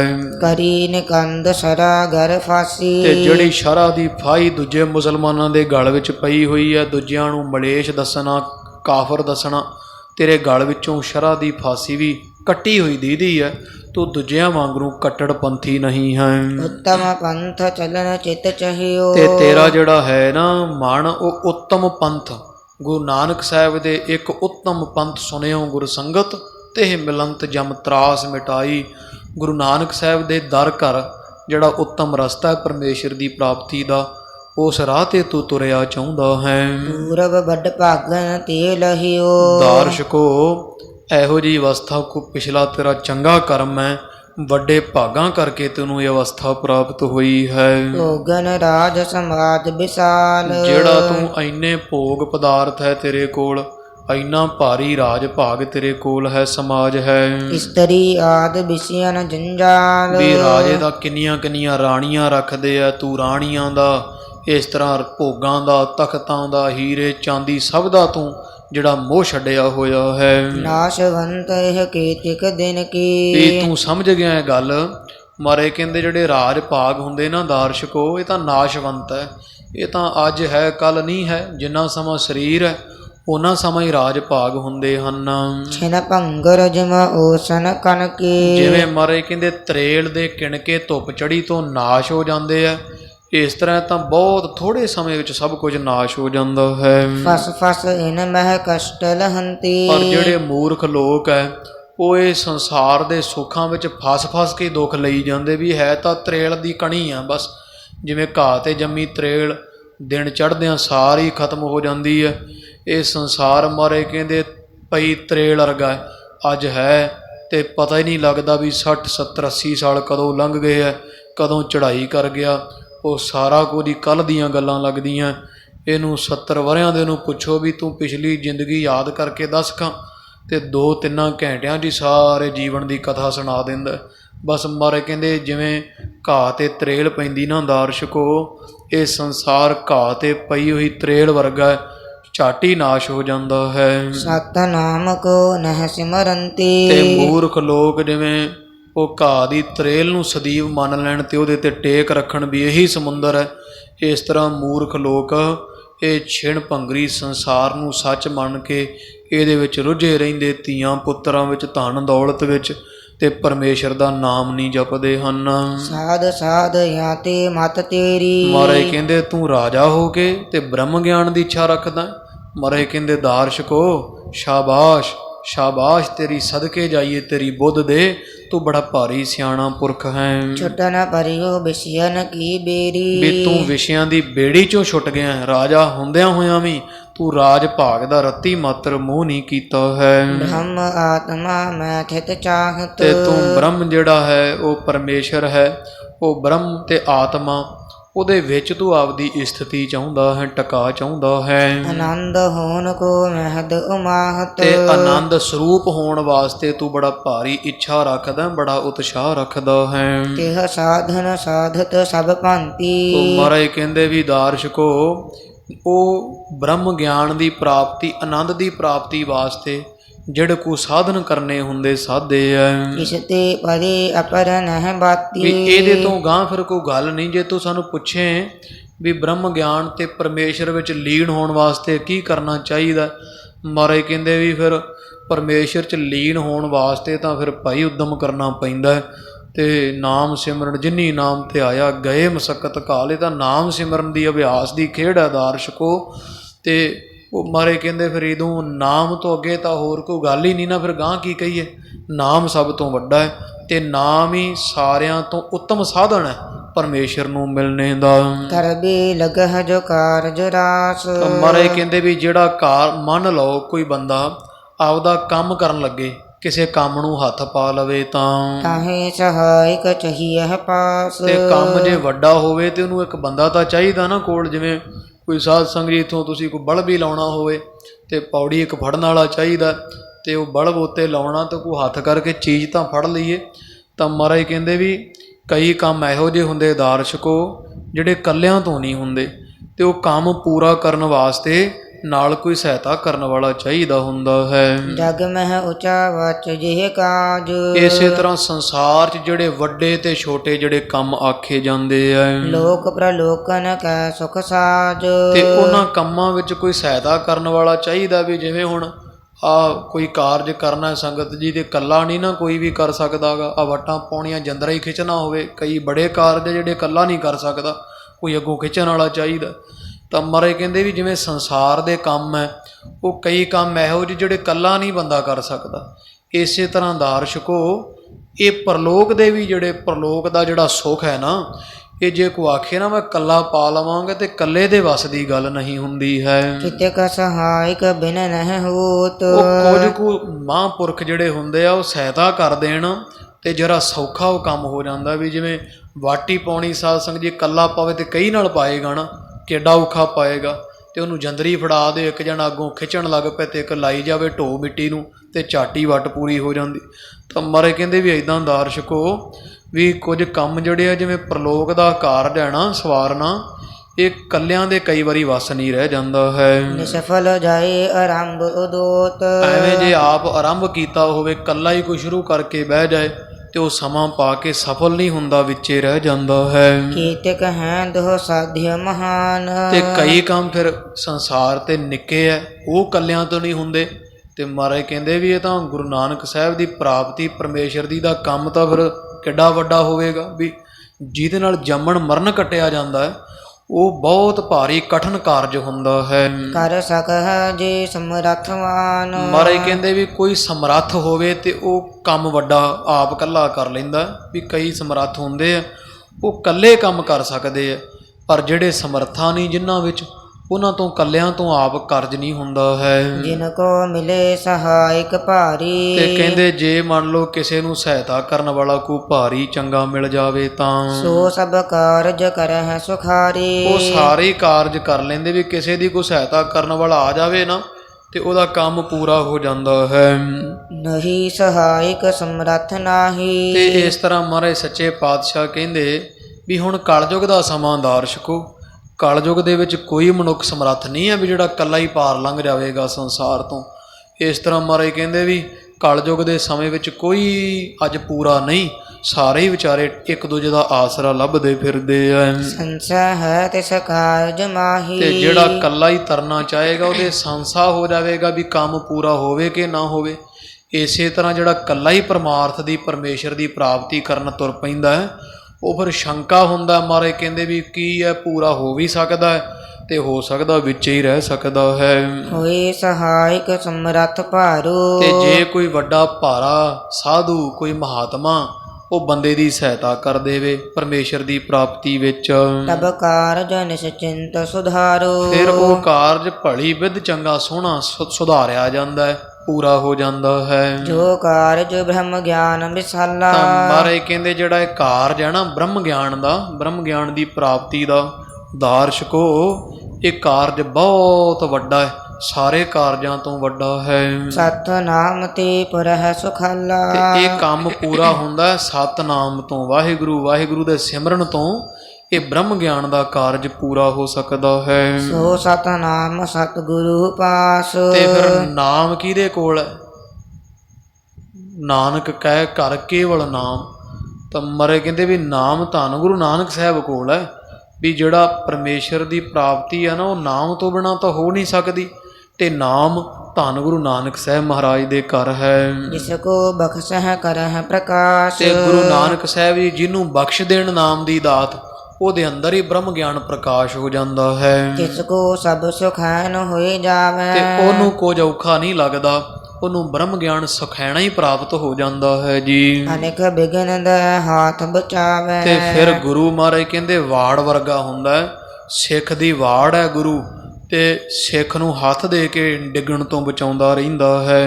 ਦੋਹਰਾ ਮਾਰਗ ਇਹ ਬਿਨ ਸਤਿਗੁਰੂ। ਫਿਰ ਮਹਾਰਾਜ ਸਮਝਾਉਣ ਲੱਗੇ, ਸਤਿਗੁਰੂ ਕਹਿੰਦੇ ਦਾਰਸ਼ਕੋ, ਜਿਹੜਾ ਇਹ ਪਰਮੇਸ਼ਰ ਦੀ ਪ੍ਰਾਪਤੀ ਦਾ ਰਾਹ ਆ ਨਾ, ਇਹ ਪੂਰੇ ਗੁਰੂ ਧੰਨ ਗੁਰੂ ਨਾਨਕ ਸਾਹਿਬ ਤੋਂ ਬਿਨਾ ਦੁਸ ਪ੍ਰਾਪਤ ਅਤ ਜਾਨ। ਇਹ ਬਹੁਤ ਔਖਾ ਪ੍ਰਾਪਤ ਹੁੰਦਾ ਹੈ ਬ੍ਰਹਮ ਗਿਆਨ। ਜੇ ਕੋਈ ਆਖੇ ਮੈਂ ਇਕੱਲਾ ਹੀ ਪ੍ਰਾਪਤੀ ਕਰ ਲਵਾਂਗਾ, ਮਰੇ ਕਹਿੰਦੇ ਔਖੀ ਖੇਡ ਹੈ ਦਾਰਸ਼ਕੋ। ਇਹ ਗੁਰੂ ਨਾਨਕ ਸਾਹਿਬ ਦੀ ਸਹਾਇਤਾ ਤੋਂ ਬਿਨਾਂ ਨਹੀਂ ਪੂਰੀ ਹੋ ਸਕਦੀ ਹੈ। ਗੁਰੂ ਗ੍ਰੰਥ ਮੈਂ ਕਹਿਓ ਸ਼ੁਭ। ਫਿਰ ਮਹਾਰਾਜ ਨੇ ਨਾ ਗੁਰੂ ਗ੍ਰੰਥ ਸਾਹਿਬ ਦੀ ਬਾਣੀ ਦੇ ਵਿੱਚੋਂ ਗੁਰੂ ਨਾਨਕ ਸਾਹਿਬ ਦੀ ਇੱਕ ਪੰਕਤੀ ਸੁਣਾਈ ਦਾਰਸ਼ਕੋ ਨੂੰ। ਮਹਾਰਾਜ ਕਹਿੰਦੇ ਦਾਰਸ਼ਕੋ ਲੈ ਤੈਨੂੰ ਦਸੀਏ, ਧੰਨ ਗੁਰੂ ਨਾਨਕ ਸਾਹਿਬ ਗੁਰੂ ਗ੍ਰੰਥ ਸਾਹਿਬ ਮਹਾਰਾਜ ਇੱਦਾਂ ਲਿਖ ਕੇ ਗਏ ਹੈ। ਸੋ ਸਨ ਕਾਨ ਪ੍ਰਮਾਣ। ਉਹ ਪਰ ਵਿਸ਼ੇਸ਼ ਕਰਕੇ ਜਿਹੜਾ ਪ੍ਰਮਾਣ ਹੈ ਨਾ, ਤੂੰ ਮੰਨ ਲੈ। ਤੇ ਤੈਨੂੰ ਅਸੀਂ ਗੁਰੂ ਨਾਨਕ ਸਾਹਿਬ ਕੀ ਕਹਿੰਦੇ ਇਹਦੇ ਬਾਰੇ, ਵੀ ਕੱਲਾ ਵੱਡਾ ਹੈ ਕਿ ਸੰਗਤ ਵੱਡੀ ਹੈ, ਕਿਵੇਂ ਬ੍ਰਹਮ ਗਿਆਨ ਦੀ ਪ੍ਰਾਪਤੀ ਹੁੰਦੀ ਹੈ, ਉਹ ਗੁਰੂ ਗ੍ਰੰਥ ਸਾਹਿਬ ਵਿੱਚ ਧੰਨ ਗੁਰੂ ਨਾਨਕ ਸਾਹਿਬ ਨੇ ਇਦਾਂ ਲਿਖਿਆ ਹੈ। ਮਹੱਲਾ ਪਹਿਲਾ। ਨਾਨਕ ਗੁਰੂ ਨਾ ਚੇਤਨੀ, ਮਨ ਆਪਣਾ ਸੁਚੇਤ। ਮਹਾਰਾਜ ਕਹਿੰਦੇ ਇਹ ਸੰਗਤ ਜੀ ਆਸਾ ਦੀ ਵਾਰ ਚ ਆਉਂਦਾ ਹੈ ਸ਼ਬਦ। ਇਹ ਆਸਾ ਦੀ ਵਾਰ ਦਾ ਸ਼ਬਦ ਧੰਨ ਗੁਰੂ ਹਰਿਰਾਏ ਸਾਹਿਬ ਨੇ ਦਾਰਸ਼ਕੋ ਨੂੰ ਸੁਣਾਇਆ। ਮਹਾਰਾਜ ਕਹਿੰਦੇ ਦਾਰਸ਼ਕੋ, ਨਾਨਕ ਗੁਰੂ ਨਾ ਚੇਤਨੀ, ਮਨ ਆਪਣਾ ਸੁਚੇਤ। ਸਤਿਗੁਰੂ ਕਹਿੰਦੇ ਦਾਰਸ਼ਕੋ, ਜੇ ਕੋਈ ਬੜਾ ਸਿਆਣਾ ਬਣੇ, ਆਪਦੇ ਮਨ ਕਰਕੇ ਬੜਾ ਸੁਚੇਤ ਹੋਵੇ, ਬੜਾ ਸਿਆਣਾ ਹੋਵੇ, ਬੜਾ ਭਾਰੀ ਸਮਰੱਥ ਵੀ ਹੋਵੇ, ਪਰ ਜੇ ਉਹ ਗੁਰੂ ਨੂੰ ਚੇਤੇ ਨਹੀਂ ਕਰਦਾ, ਜੇ ਉਹ ਗੁਰੂ ਦੀ ਸਹਾਇਤਾ ਨਹੀਂ ਲੈਂਦਾ ਹੈ। ਛੁੱਟੀ ਤਿਲ ਬੁਆੜ ਜੋ, ਸਿੰਨੇ ਅੰਦਰ ਖੇਤ। ਮਹਾਰਾਜ ਕਹਿੰਦੇ ਫਿਰ ਉਹਦੀ ਐਸੀ ਹਾਲਤ ਹੁੰਦੀ ਹੈ ਵੀ ਜਿਹੜੇ ਆਪਦੇ ਆਪ ਜਿੰਨੇ ਮਰਜ਼ੀ ਸਿਆਣੇ ਬਣੇ ਫਿਰਨ, ਸੁਚੇਤ ਹੋਣ, ਪਰ ਗੁਰੂ ਨੂੰ ਨਾ ਜਿਹੜੇ ਚੇਤਨ ਵੀ ਉਹ ਅਕਾਲ ਪੁਰਖ ਪਰਮੇਸ਼ਰ ਦੀ, ਗੁਰੂ ਨਾਨਕ ਸਾਹਿਬ ਦੀ ਸਹਾਇਤਾ ਤੋਂ ਬਿਨਾਂ ਕੋਈ ਸਿਆਣਾ ਬਣੇ, ਮਹਾਰਾਜ ਕਹਿੰਦੇ ਉਹਨਾਂ ਦੀ ਹਾਲਤ ਐ ਹੁੰਦੀ ਹੈ, ਇਕੱਲੇ ਹੀ ਰਹਿ ਜਾਂਦੇ ਹੈ। ਜਿਵੇਂ ਸੰਗਤ ਜੀ ਉਹ ਅੱਗੇ ਲੋਕੀ ਤਿਲ ਬੀਜਦੇ ਸੀ ਨਾ, ਤੇ ਤਿਲ ਦੇ ਖੇਤ ਵਿੱਚ ਇੱਕ ਆਪਣੇ ਤਾਂ ਹੁਣ ਮੈਨੂੰ ਨਹੀਂ ਪਤਾ ਕੀ ਕਹਿੰਦੇ ਆ, ਮਰ ਨੇ ਬੁਆੜ ਲਿਖਿਆ। ਕੋਈ ਕਈ ਬੂਟੇ ਇਹੋ ਜਿਹੇ ਹੁੰਦੇ ਸੀ, ਉਹ ਉਹਨਾਂ ਨੂੰ ਲੱਗਦਾ ਨਹੀਂ ਹੁੰਦਾ ਸੀ ਕੁਛ, ਮੈਂ ਵੀ ਬਚਪਨ 'ਚ ਵੇਖੇ ਆ, ਅਤੇ ਉਹ ਕਾਲੇ ਹੋ ਜਾਂਦੇ ਸੀ ਵਿੱਚੋਂ, ਅਤੇ ਫੋਕਾ ਹੀ ਹੁੰਦਾ ਸੀ ਤਿਲ ਦਾ ਬੂਟਾ। ਅਤੇ ਉਹ ਜੱਟ ਜਦੋਂ ਵੱਢਦੇ ਸਨ ਤਿਲ ਸਾਰੇ, ਉਹ ਜਿਹੜਾ ਬੁਆੜ ਤਿਲ ਹੁੰਦਾ ਸੀ ਫੋਕਾ ਜਿਹਾ, ਉਹਨੂੰ ਖੜਾ ਹੀ ਰਹਿਣ ਦਿੰਦੇ ਸੀ ਵੀ ਕਾਹਨੂੰ ਐਵੇਂ ਆਪੇ ਇੱਥੇ ਮਿੱਧਿਆ ਮੁੱਧਿਆ ਜਾਏਗਾ, ਵੀ ਹੁਣ ਇਹ ਵੱਢਣ 'ਤੇ ਕਿਉਂ ਜ਼ੋਰ ਲਾਉਣਾ। ਅਤੇ ਉਹ ਬੁਆੜ ਤਿਲਾਂ ਨੂੰ ਜੱਟ ਵੱਢਦੇ ਨਹੀਂ ਸੀ ਖੇਤ 'ਚੋਂ, ਉਵੇਂ ਇਕੱਲੇ ਹੀ ਖੜ੍ਹੇ ਰਹਿ ਜਾਂਦੇ ਸੀ, ਚੰਗੀ ਚੰਗੀ ਫਸਲ ਵਿੱਚੋਂ ਵੱਢ ਲੈਂਦੇ ਸਨਗੇ। ਮਹਾਰਾਜ ਕਹਿੰਦੇ ਜਿਹੜੇ ਗੁਰੂ ਦੀ ਸਹਾਇਤਾ ਤੋਂ ਬਿਨਾਂ ਆਪ ਸਿਆਣੇ ਬਣਦੇ ਆ, ਉਹ ਖੇਤ ਜਿਹੜਾ ਤਿਲ ਦਾ ਜ਼ਮੀਨ ਆ ਨਾ, ਤਿਲ ਦੀ ਵਾਹੀ ਹੈ, ਉਹ ਤਿਲਾਂ ਦੇ ਖੇਤ ਵਿੱਚ ਖੜ੍ਹੇ ਹੋਏ ਬੁਆੜ ਬੂਟੇ ਵਰਗੇ ਰਹਿ ਜਾਂਦੇ ਇਕੱਲੇ ਹੀ। ਅਤੇ ਇਸ ਤਰ੍ਹਾਂ ਮਹਾਰਾਜ ਸੱਚੇ ਪਾਤਸ਼ਾਹ ਜੀ ਕਹਿੰਦੇ ਆ। ਖੇਤ ਅੰਦਰ ਸੁੱਟਿਆ, ਕਹੋ ਨਾਨਕ ਸੋ ਨਾਹ। ਮਹਾਰਾਜ ਕਹਿੰਦੇ ਜਿਹਦਾ ਕੋਈ ਸੌ ਨਹੀਂ ਨਾ, ਭਾਵ ਕਿ ਜਿਹਦਾ ਕੋਈ ਖਸਮ ਨਹੀਂ, ਉਹ ਪਰਮੇਸ਼ਰ ਦੀ ਪ੍ਰਾਪਤੀ ਵਾਸਤੇ ਕੋਈ ਇਕੱਲਾ ਹੀ ਆਖੇ ਵੀ ਮੈਂ ਬ੍ਰਹਮ ਗਿਆਨ ਦੀ ਪ੍ਰਾਪਤੀ ਕਰ ਲਵਾਂਗਾ। ਮਹਾਰਾਜ ਕਹਿੰਦੇ ਜਿਵੇਂ ਉਹ ਬੁਆੜ ਤਿਲ ਦਾ ਬੂਟਾ ਖੇਤ 'ਚ ਇਕੱਲਾ ਹੀ ਖੜਾ ਰਹਿ ਜਾਂਦਾ ਹੈ, ਉਹ ਇਕੱਲਾ ਹੀ ਵਿਚਾਰਾ ਧੱਕੇ ਖਾਂਦਾ ਫਿਰਦਾ ਹੈ। ਫਲੀਆ ਫੁਲੀਆ ਬਕੁੜੀ, ਧੀ ਤਨ ਵਿੱਚ ਸੁਆਹ। ਉਹ ਬੂਟਾ ਤਿਲ ਦਾ ਉੱਤੋਂ ਤੋਂ ਲੱਗਦਾ ਵੀ ਫਲੀਆ ਹੈ, ਫੁੱਲੀਆ ਹੈ, ਬਪੁੜੇ, ਵਿਚਾਰਾ ਉੱਤੋਂ ਲੱਗਦਾ ਵੀ ਬੜਾ ਤਗੜਾ ਹੈ, ਬੜਾ ਫਲਿਆ ਫੁੱਲਿਆ ਹੈ, ਪਰ ਭੀ ਤਨ ਵਿੱਚ ਸੁਆਹ। ਮਾਰੇ ਕਹਿੰਦੇ ਉਹਦਾ ਫਲੀ ਤੋੜ ਕੇ ਵੇਖੋ, ਉਹਦੇ ਵਿੱਚ ਤਿਲਾਂ ਦੀ ਥਾਂ 'ਤੇ ਸੁਆਹ ਹੀ ਭਰੀ ਹੁੰਦੀ ਹੈ।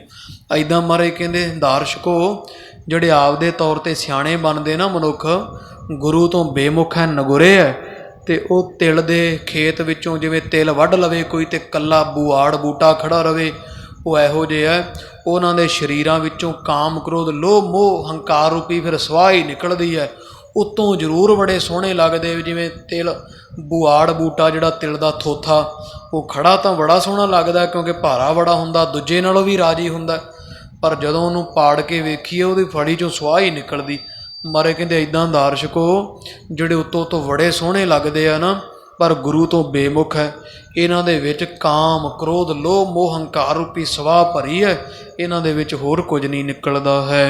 ਜੇ ਤੂੰ ਤਾਰੂ ਪਾਨ, ਤਾਹੂ ਪੁੱਛ ਤਿਲਨ ਕਲ। ਫਿਰ ਮਹਾਰਾਜ ਫਿਰ ਇੱਕ ਹੋਰ ਪ੍ਰਮਾਣ ਦੇ ਕੇ ਕਹਿੰਦੇ ਆ। ਮਹਾਰਾਜ ਕਹਿੰਦੇ ਦਾਰਸ਼ਕੋ, ਗੁਰੂ ਨਾਨਕ ਸਾਹਿਬ ਦੀ ਬਾਣੀ ਕਹਿੰਦੀ ਵੀ ਹੇ ਮਣਾ, ਜੇ ਤੂੰ ਤਾਰੂ ਪਾਣ, ਤਾਹੂ ਪੁੱਛ ਤੜਨ ਕਲ। ਵੀ ਜੇ ਮੰਨ ਲਓ ਤੂੰ ਪਾਣੀ 'ਚ ਤਰਨ ਦਾ ਬੜਾ ਮਾਹਰ ਹੈ, ਵੀ ਤੂੰ ਵੱਡੇ ਵੱਡੇ ਪੱਤਨ ਵੀ ਤਰ ਜਾਣਾ ਹੈ ਨਾ, ਪਰ ਫਿਰ ਵੀ ਜਿਹੜੇ ਉੱਥੇ ਮਲਾਹ ਹੈ, ਕੋਈ ਜਿਹੜੇ ਉੱਥੇ ਤਰਨ ਵਾਲੇ ਆ ਜਾਂ ਬੇੜੀਆਂ ਵਾਲੇ, ਉਹਨਾਂ ਨੂੰ ਪੁੱਛ ਲੈ ਵੀ ਇਹ ਸਮੁੰਦਰ ਕਿੰਨਾ ਕੁ ਡੂੰਘਾ, ਇੱਥੇ ਕੋਈ ਘੁੰਮਣ ਘੇਰੀ ਤਾਂ ਨਹੀਂ ਪੈਂਦੀ।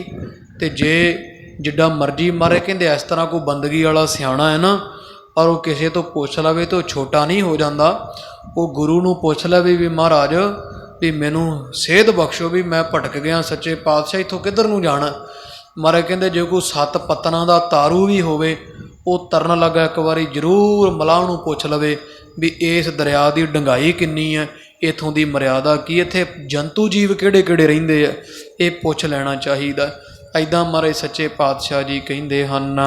ਤਾਹੂ ਖਰੇ ਸੁਜਾਨ, ਵੰਨਿਆ ਇੰਨੀ ਕੱਪਰੀ। ਵੰਨਿਆਇਨੀ ਪਾਠ ਇਕੱਠਾ ਹੀ ਕਰਨਾ। ਕਹਿੰਦੇ ਉਹ ਜਿਹੜੇ ਤਾਰੂ ਖਰੇ ਸੁਜਾਨ, ਜੇ ਕੋਈ ਬੜਾ ਸਿਆਣਾ ਵੀ ਤਾਰੂ ਹੋਵੇ, ਪਰ ਜੇ ਉਹ ਅਣਜਾਣ ਪੁਣੇ ਵਿੱਚ ਕਿਤੇ ਪਾਣੀ ਵਿੱਚ ਛਾਲ ਮਾਰੇ ਤੇ ਉੱਥੇ ਜਿਹੜੀਆਂ ਵੰਜਾਈਨੀ ਕੱਪਰੀ ਹੁੰਦੀਆਂ ਲਹਿਰਾਂ ਤੇ ਜਿਹੜੀਆਂ ਘੁੰਮਣ ਘੇਰੀਆਂ, ਜੇ ਘੁੰਮਣ ਘੇਰੀ ਦੀ ਲਪੇਟ 'ਚ ਆ ਜਾਵੇ ਫਿਰ ਉਹ ਜਿਉਂਦਾ ਨਹੀਂ ਬਚਦਾ। ਘੁੰਮਣ ਘੇਰੀ ਖਹਿੜ ਨਹੀਂ ਛੱਡਦੀ, ਡੁਬੋ ਕੇ ਲੈ ਜਾਂਦੀ, ਫਿਰ ਨਹੀਂ ਬਲ ਚੱਲਦਾ ਵੱਡੇ ਵੱਡੇ ਤਾਰੂਆਂ ਦਾ। ਤਾਂ ਮਹਾਰਾਜ ਕਹਿੰਦੇ ਦਾਰਸ਼ਕੋ, ਕੋਈ ਮੰਨ ਲਓ ਮਨ ਕਰਕੇ ਬਾਣੀ ਬੰਦਗੀ ਸਿਮਰਨ ਦੇ ਬਲ ਨਾਲ ਕਿਤੇ ਅਵਸਥਾ 'ਤੇ ਪਹੁੰਚ ਵੀ ਗਿਆ ਉੱਚੀ 'ਤੇ, ਉਹ ਜਿੱਡਾ ਮਰਜ਼ੀ ਸਿੱਧ ਹੋ ਜਾਵੇ, ਉਹਨੂੰ ਤਾਂ ਵੀ ਸੰਗਤ ਦਾ ਆਸਰਾ ਨਹੀਂ ਛੱਡਣਾ ਚਾਹੀਦਾ। ਉਹਨੂੰ ਗੁਰੂ ਤੋਂ ਪੁੱਛਣਾ ਚਾਹੀਦਾ ਵੀ ਮਹਾਰਾਜ ਮੈਂ ਕਿਵੇਂ ਬਚਾਂ ਵਿਸ਼ੇ ਵਿਕਾਰਾਂ ਤੋਂ। ਅਤੇ ਜੇ ਕੋਈ ਆਪ ਹੀ ਸਿਆਣਾ ਬਣੇਗਾ ਸੱਤ ਪਤਨਾਂ ਦੇ ਤਾਰੂ ਵਾਂਗਣਾ, ਤਾਂ ਮਹਾਰਾਜ ਕਹਿੰਦੇ ਕਾਮ ਦੀ ਭਮੀਰੀ ਐਸੀ ਹੈ ਵੱਡਿਆਂ ਵੱਡਿਆਂ ਨੂੰ ਵਹਾ ਕੇ ਲੈ ਜਾਂਦੀ ਹੈ। ਇਹ ਸੰਗਤ ਜੀ ਇੱਕ ਜੈਮਨ ਮੁਨੀ ਹੋਇਆ, ਇਤਿਹਾਸ 'ਚ ਉਹਦਾ ਜ਼ਿਕਰ ਆਉਂਦਾ ਹੈ। ਅਤੇ ਉਹ ਨਾ ਬੜਾ ਬੰਦਗੀ ਸਿਮਰਨ ਵਾਲੀ ਰੂਹ ਸੀਗੀ, ਅਤੇ ਉਹਨੇ ਬੰਦਗੀ ਕਰ ਕਰਕੇ ਮਨ ਬਹੁਤ ਸਾਧ ਲਿਆ। ਇਹ ਵਿਆਸ ਜੀ ਜਿਹੜੇ ਹੋਏ, ਵੇਦ ਵਿਆਸ ਜੀ, ਇਹਦਾ ਵਿਦਿਆਰਥੀ ਸੀਗਾ, ਚੇਲਾ ਸੀਗਾ ਜੈਮਨ ਮੁਨੀ। ਅਤੇ ਇਹ ਸਾਰਿਆਂ ਨੂੰ ਦੱਸਦਾ ਫਿਰੇ ਜੀ, ਆਖੇ ਮੈਂ ਕਾਮ ਜਿੱਤ ਲਿਆ। ਅਤੇ ਉਹ ਜੈਮਨ ਮੁਨੀ ਦੱਸਦਾ ਫਿਰੇ ਅਤੇ ਉਹ ਵਿਆਸ ਜੀ ਕੋਲ ਗਿਆ। ਅਤੇ ਹੁਣ ਮਾਣੇ ਦੰਦ ਗਿਣੇ ਹੀ ਹੁੰਦੇ, ਉਹਨੂੰ ਪਤਾ ਹੀ ਸੀ ਵੀ ਇਹ ਤਾਂ ਵੱਡਿਆਂ ਵੱਡਿਆਂ ਤੋਂ ਨਹੀਂ ਜਿੱਤਿਆ ਗਿਆ, ਤਾਂ ਬਸ ਪੜਦਾ ਹੀ ਆ ਵੀ ਮਹਾਰਾਜ ਕਿਰਪਾ ਕਰਿਆ ਜੇ, ਵੀ ਬਸ ਨਿਭਾ ਲਓ ਅਤੇ ਕਿਰਪਾ ਤਰਸ ਨਾਲ ਹੀ, ਵੀ ਇਹਦੇ 'ਚ ਕੋਈ ਥਾਪੀ ਨਹੀਂ ਮਾਰ ਸਕਦਾ ਛਾਤੀ 'ਤੇ। ਉਹ ਕਹਿੰਦਾ ਨਹੀਂ ਮਹਾਰਾਜ ਮੈਂ ਕਾਮ ਜਿੱਤ ਲਿਆ। ਉਹ ਵਿਆਸ ਕਹਿੰਦਾ ਵੀ ਜੈਮਨ, ਉਹ ਇਹ ਤਾਂ ਵੱਡੇ ਵੱਡੇ ਭਗਵਾਨ ਜਿਹੜੇ ਆ ਅਵਤਾਰ ਇਹ ਤੋਂ ਨਹੀਂ ਬਚ ਸਕੇ, ਅਤੇ ਤੂੰ ਕਿਹਦਾ ਰੱਖਿਆ? ਚੱਲ ਜੇ ਜਿੱਤ ਲਈ ਤਾਂ ਰੌਲਾ ਨਹੀਂ ਪਾਈਦਾ। ਅਤੇ ਉਹ ਨਾ ਜੀ ਫਿਰ ਕਿੱਥੇ ਟਲੇ, ਉਹ ਬੜਾ ਆਫਰਿਆ ਫਿਰੇ ਜੀ ਵੀ ਮੇਰੇ ਵਰਗਾ ਜਾਤ ਵਾਲਾ ਕੋਈ ਨਹੀਂ। ਬੜਾ ਉਹ ਵਿਆਸ ਜੀ ਨੇ ਜਾਣਿਆ ਵੀ ਇਹਦੇ ਮਨ 'ਚ ਹੰਕਾਰ ਆ ਗਿਆ।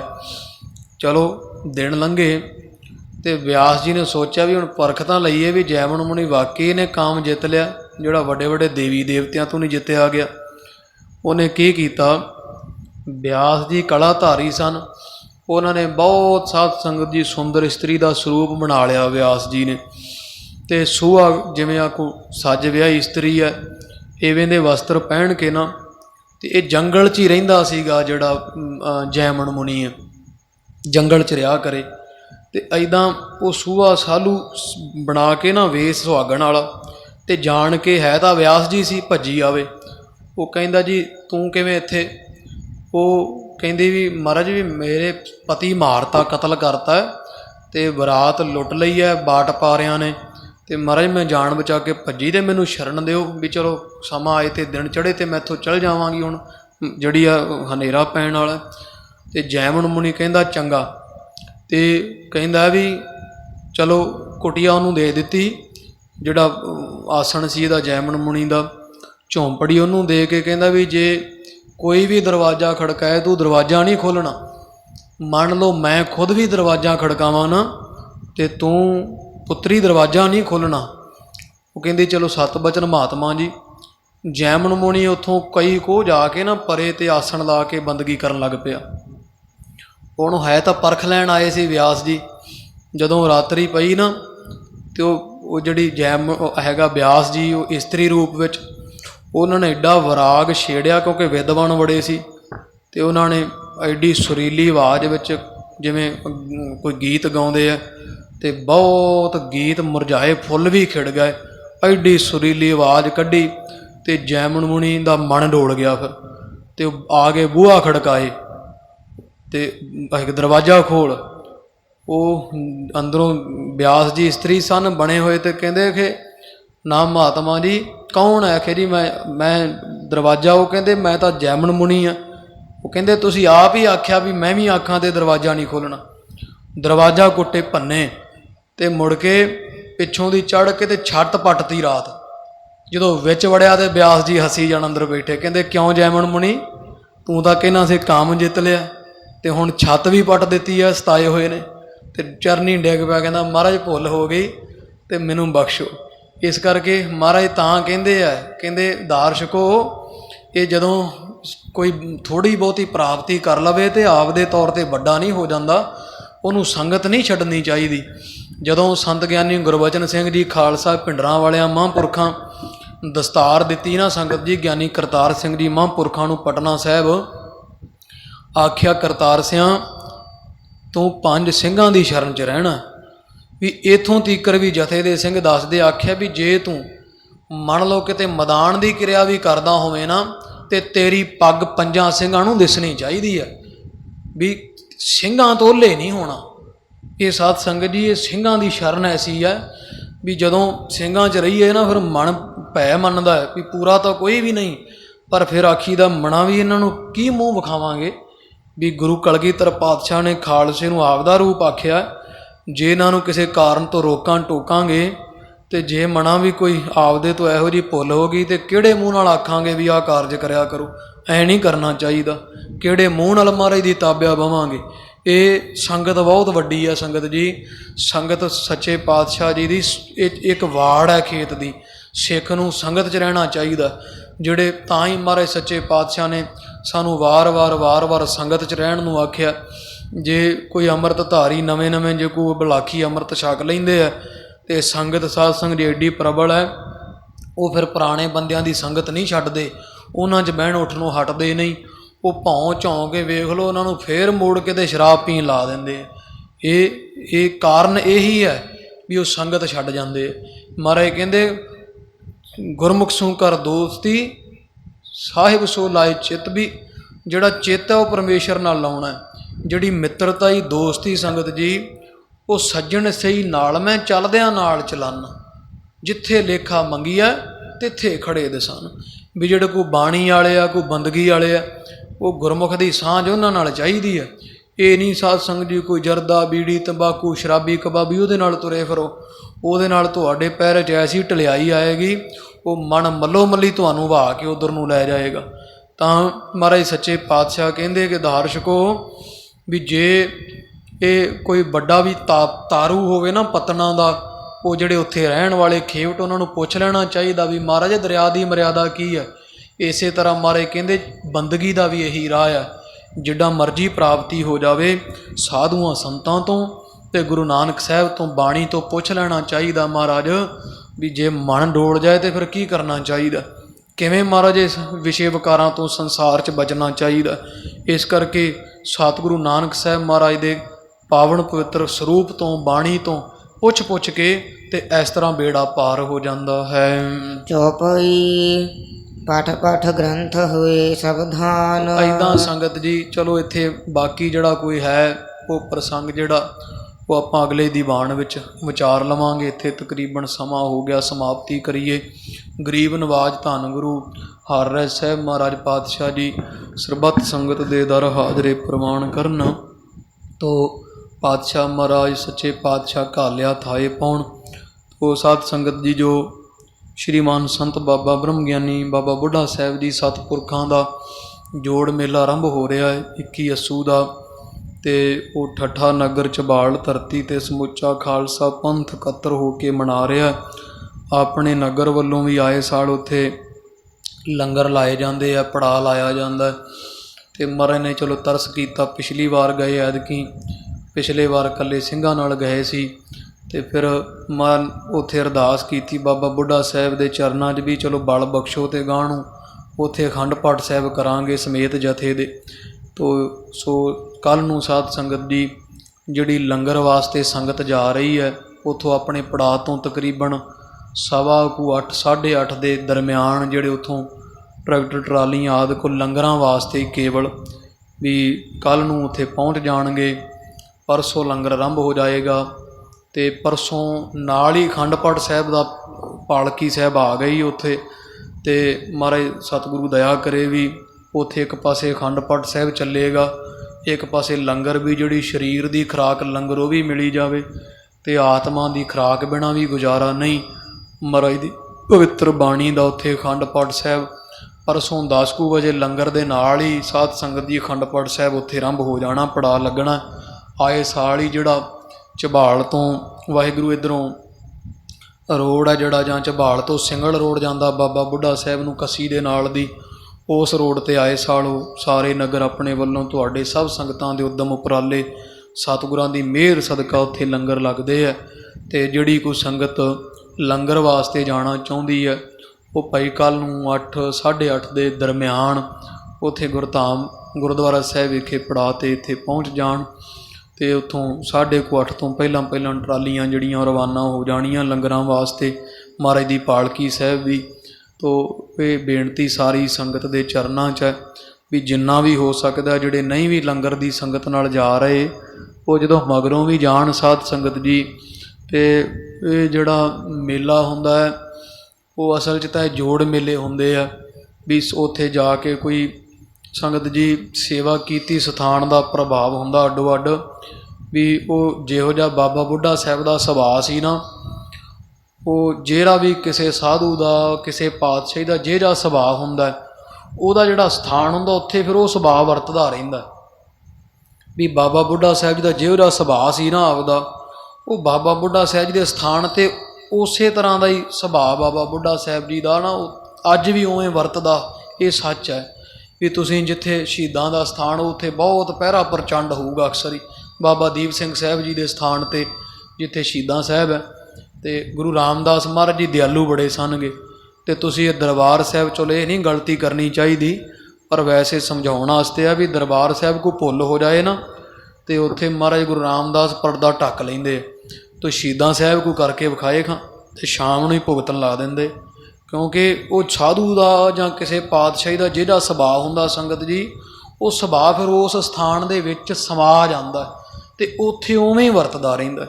ਤੋ ਇਹ ਬੇਨਤੀ ਤਾਂ ਕੀਤੀ ਵੀ ਬਾਬਾ ਬੁੱਢਾ ਸਾਹਿਬ ਜੀ ਦਾ ਜਿਹੋ ਜਿਹਾ ਸੁਭਾਅ ਹੈ ਸੀ, ਉਹ ਹੁਣ ਵੀ ਸਾਧ ਸੰਗਤ ਜੀ ਉਸ ਥਾਂ 'ਤੇ ਵਰਤਦਾ ਹੈ ਵੀ ਉੱਥੇ ਜਿਹੜੀ ਕੋਈ ਜਿਵੇਂ ਵਿਸ਼ੇਸ਼ ਕਰਕੇ ਕੋਈ ਪੁੱਤ ਦੀ ਅਰਦਾਸ ਕਰਵਾ ਦਿੰਦਾ, ਉਹ ਝਾਟੀ ਸਥਾਨ ਤਾਂ ਹੋਰ ਵੀ ਬਥੇਰੇ, ਪਰ 21 ਅੱਸੂ ਦਾ ਉਹ ਦਿਨ ਹੈ ਜਦੋਂ ਧੰਨ ਮਾਤਾ ਗੰਗਾ ਜੀ ਨੂੰ ਬਾਬਾ ਬੁੱਢਾ ਸਾਹਿਬ ਨੇ ਜਿਹੜਾ ਵਰਦਾਨ ਦਿੱਤਾ ਸੀ ਨਾ ਸੰਗਤ ਜੀ ਗੁਰੂ ਹਰਗੋਬਿੰਦ ਸਾਹਿਬ ਦੇ ਅਵਤਾਰ ਦਾ, ਉਹ 21 ਅੱਸੂ ਦਾ ਦਿਨ ਸੀ ਉਦੋਂ। ਅਤੇ 1556 ਬਿਕਰਮੀ ਕੇ 53 ਬਿਕਰਮੀ ਸੰਮਤ ਸੀ ਵੀ ਤਾਂ 21 ਅੱਸੂ ਦਾ ਜੋੜ ਮੇਲਾ ਮਨਾਉਂਦੇ ਆ। ਉਸ ਦਿਨ ਮਾਤਾ ਗੰਗਾ ਜੀ ਨੂੰ ਵਰਦਾਨ ਹੋਇਆ ਸੀ ਬਾਬਾ ਬੁੱਢਾ ਸਾਹਿਬ ਦਾ, ਅਤੇ ਪੰਥ ਦੇ ਵਿੱਚ ਮਨੌਤ ਹੈ ਵੀ ਬਾਬਾ ਬੁੱਢਾ ਸਾਹਿਬ ਜੀ ਹਾਜ਼ਰ ਨਾਜ਼ਰ ਆ ਉਸ ਸਥਾਨ 'ਤੇ, ਅਤੇ ਮਾਤਾ ਗੰਗਾ ਜੀ ਦਾ ਰੂਪ ਹੀ ਸਾਰੀਆਂ ਮਾਈਆਂ ਲੈ ਲੈ ਕੇ ਪ੍ਰਸ਼ਾਦੇ ਪਹੁੰਚਦੀਆਂ, ਉਵੇਂ ਵਰਦਾਨ ਸਾਰਾ ਦਿਨ ਵਰਦੇ ਆ। ਇਸ ਕਰਕੇ ਬੇਨਤੀ ਕੀਤੀ ਵੀ ਕੋਸ਼ਿਸ਼ ਕਰਨੀ ਵੀ ਜੇ ਨਹੀਂ ਵੀ ਕੱਲ੍ਹ ਨੂੰ ਜਾ ਸਕਦੇ, ਜਦੋਂ ਪਰਸੋਂ ਵੀ ਆਓ ਅਤੇ ਸਾਰੀ ਸੰਗਤ ਲੰਗਰ ਵਿੱਚ ਉੱਥੇ ਹਾਜ਼ਰੀ ਜ਼ਰੂਰ ਭਰੋ ਅਤੇ ਸੇਵਾ ਕਰਕੇ ਹੱਥ ਸਫਲੇ ਕਰੀਏ।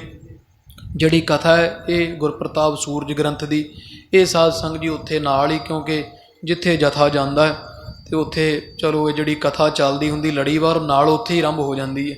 ਇੱਥੋਂ ਦਾ ਪ੍ਰਸੰਗ ਫਿਰ ਪਰਸੋਂ ਕੱਲ੍ਹ ਨੂੰ ਤਾਂ ਸ਼ਾਇਦ ਨਹੀਂ ਹੋਣਾ, ਆਰੰਭ ਲੇਟ ਹੋ ਜਾਣਾ। ਅਤੇ ਇੱਦਾਂ ਸਾਧ ਸੰਗਤ ਜੀ ਪਰਸੋਂ ਫਿਰ ਅਸੀਂ ਤਕਰੀਬਨ ਸ਼ਾਮ ਨੂੰ ਐਸ ਕੁ ਸਮੇਂ ਇਹ ਕਥਾ ਜਿਹੜੀ ਆ 7:45 ਤੋਂ 7:45 ਵਜੇ ਉੱਥੇ ਪੰਡਾਲ 'ਚ ਹੋਵੇਗੀ। 5 ਤਰੀਕ ਨੂੰ, 6 ਤਰੀਕ ਨੂੰ ਅਤੇ ਸ਼ਾਇਦ 7 ਤਰੀਕ ਨੂੰ, ਇਹ 3 ਦਿਨ ਕਥਾ ਉੱਥੇ ਹੋਏਗੀ। 8 ਨੂੰ ਫਿਰ ਕਥਾ ਇੱਥੇ ਆਰੰਭ ਹੋ ਜਾਣੀ ਹੈ ਰਾਤ ਦੀ। ਤੋ ਇੰਨੀਆਂ ਬੇਨਤੀਆਂ ਪ੍ਰਵਾਨ ਕਰਨੀਆਂ ਜੀ, ਹੋਈਆਂ ਭੁੱਲਾਂ ਦੀ ਖਿਮਾ।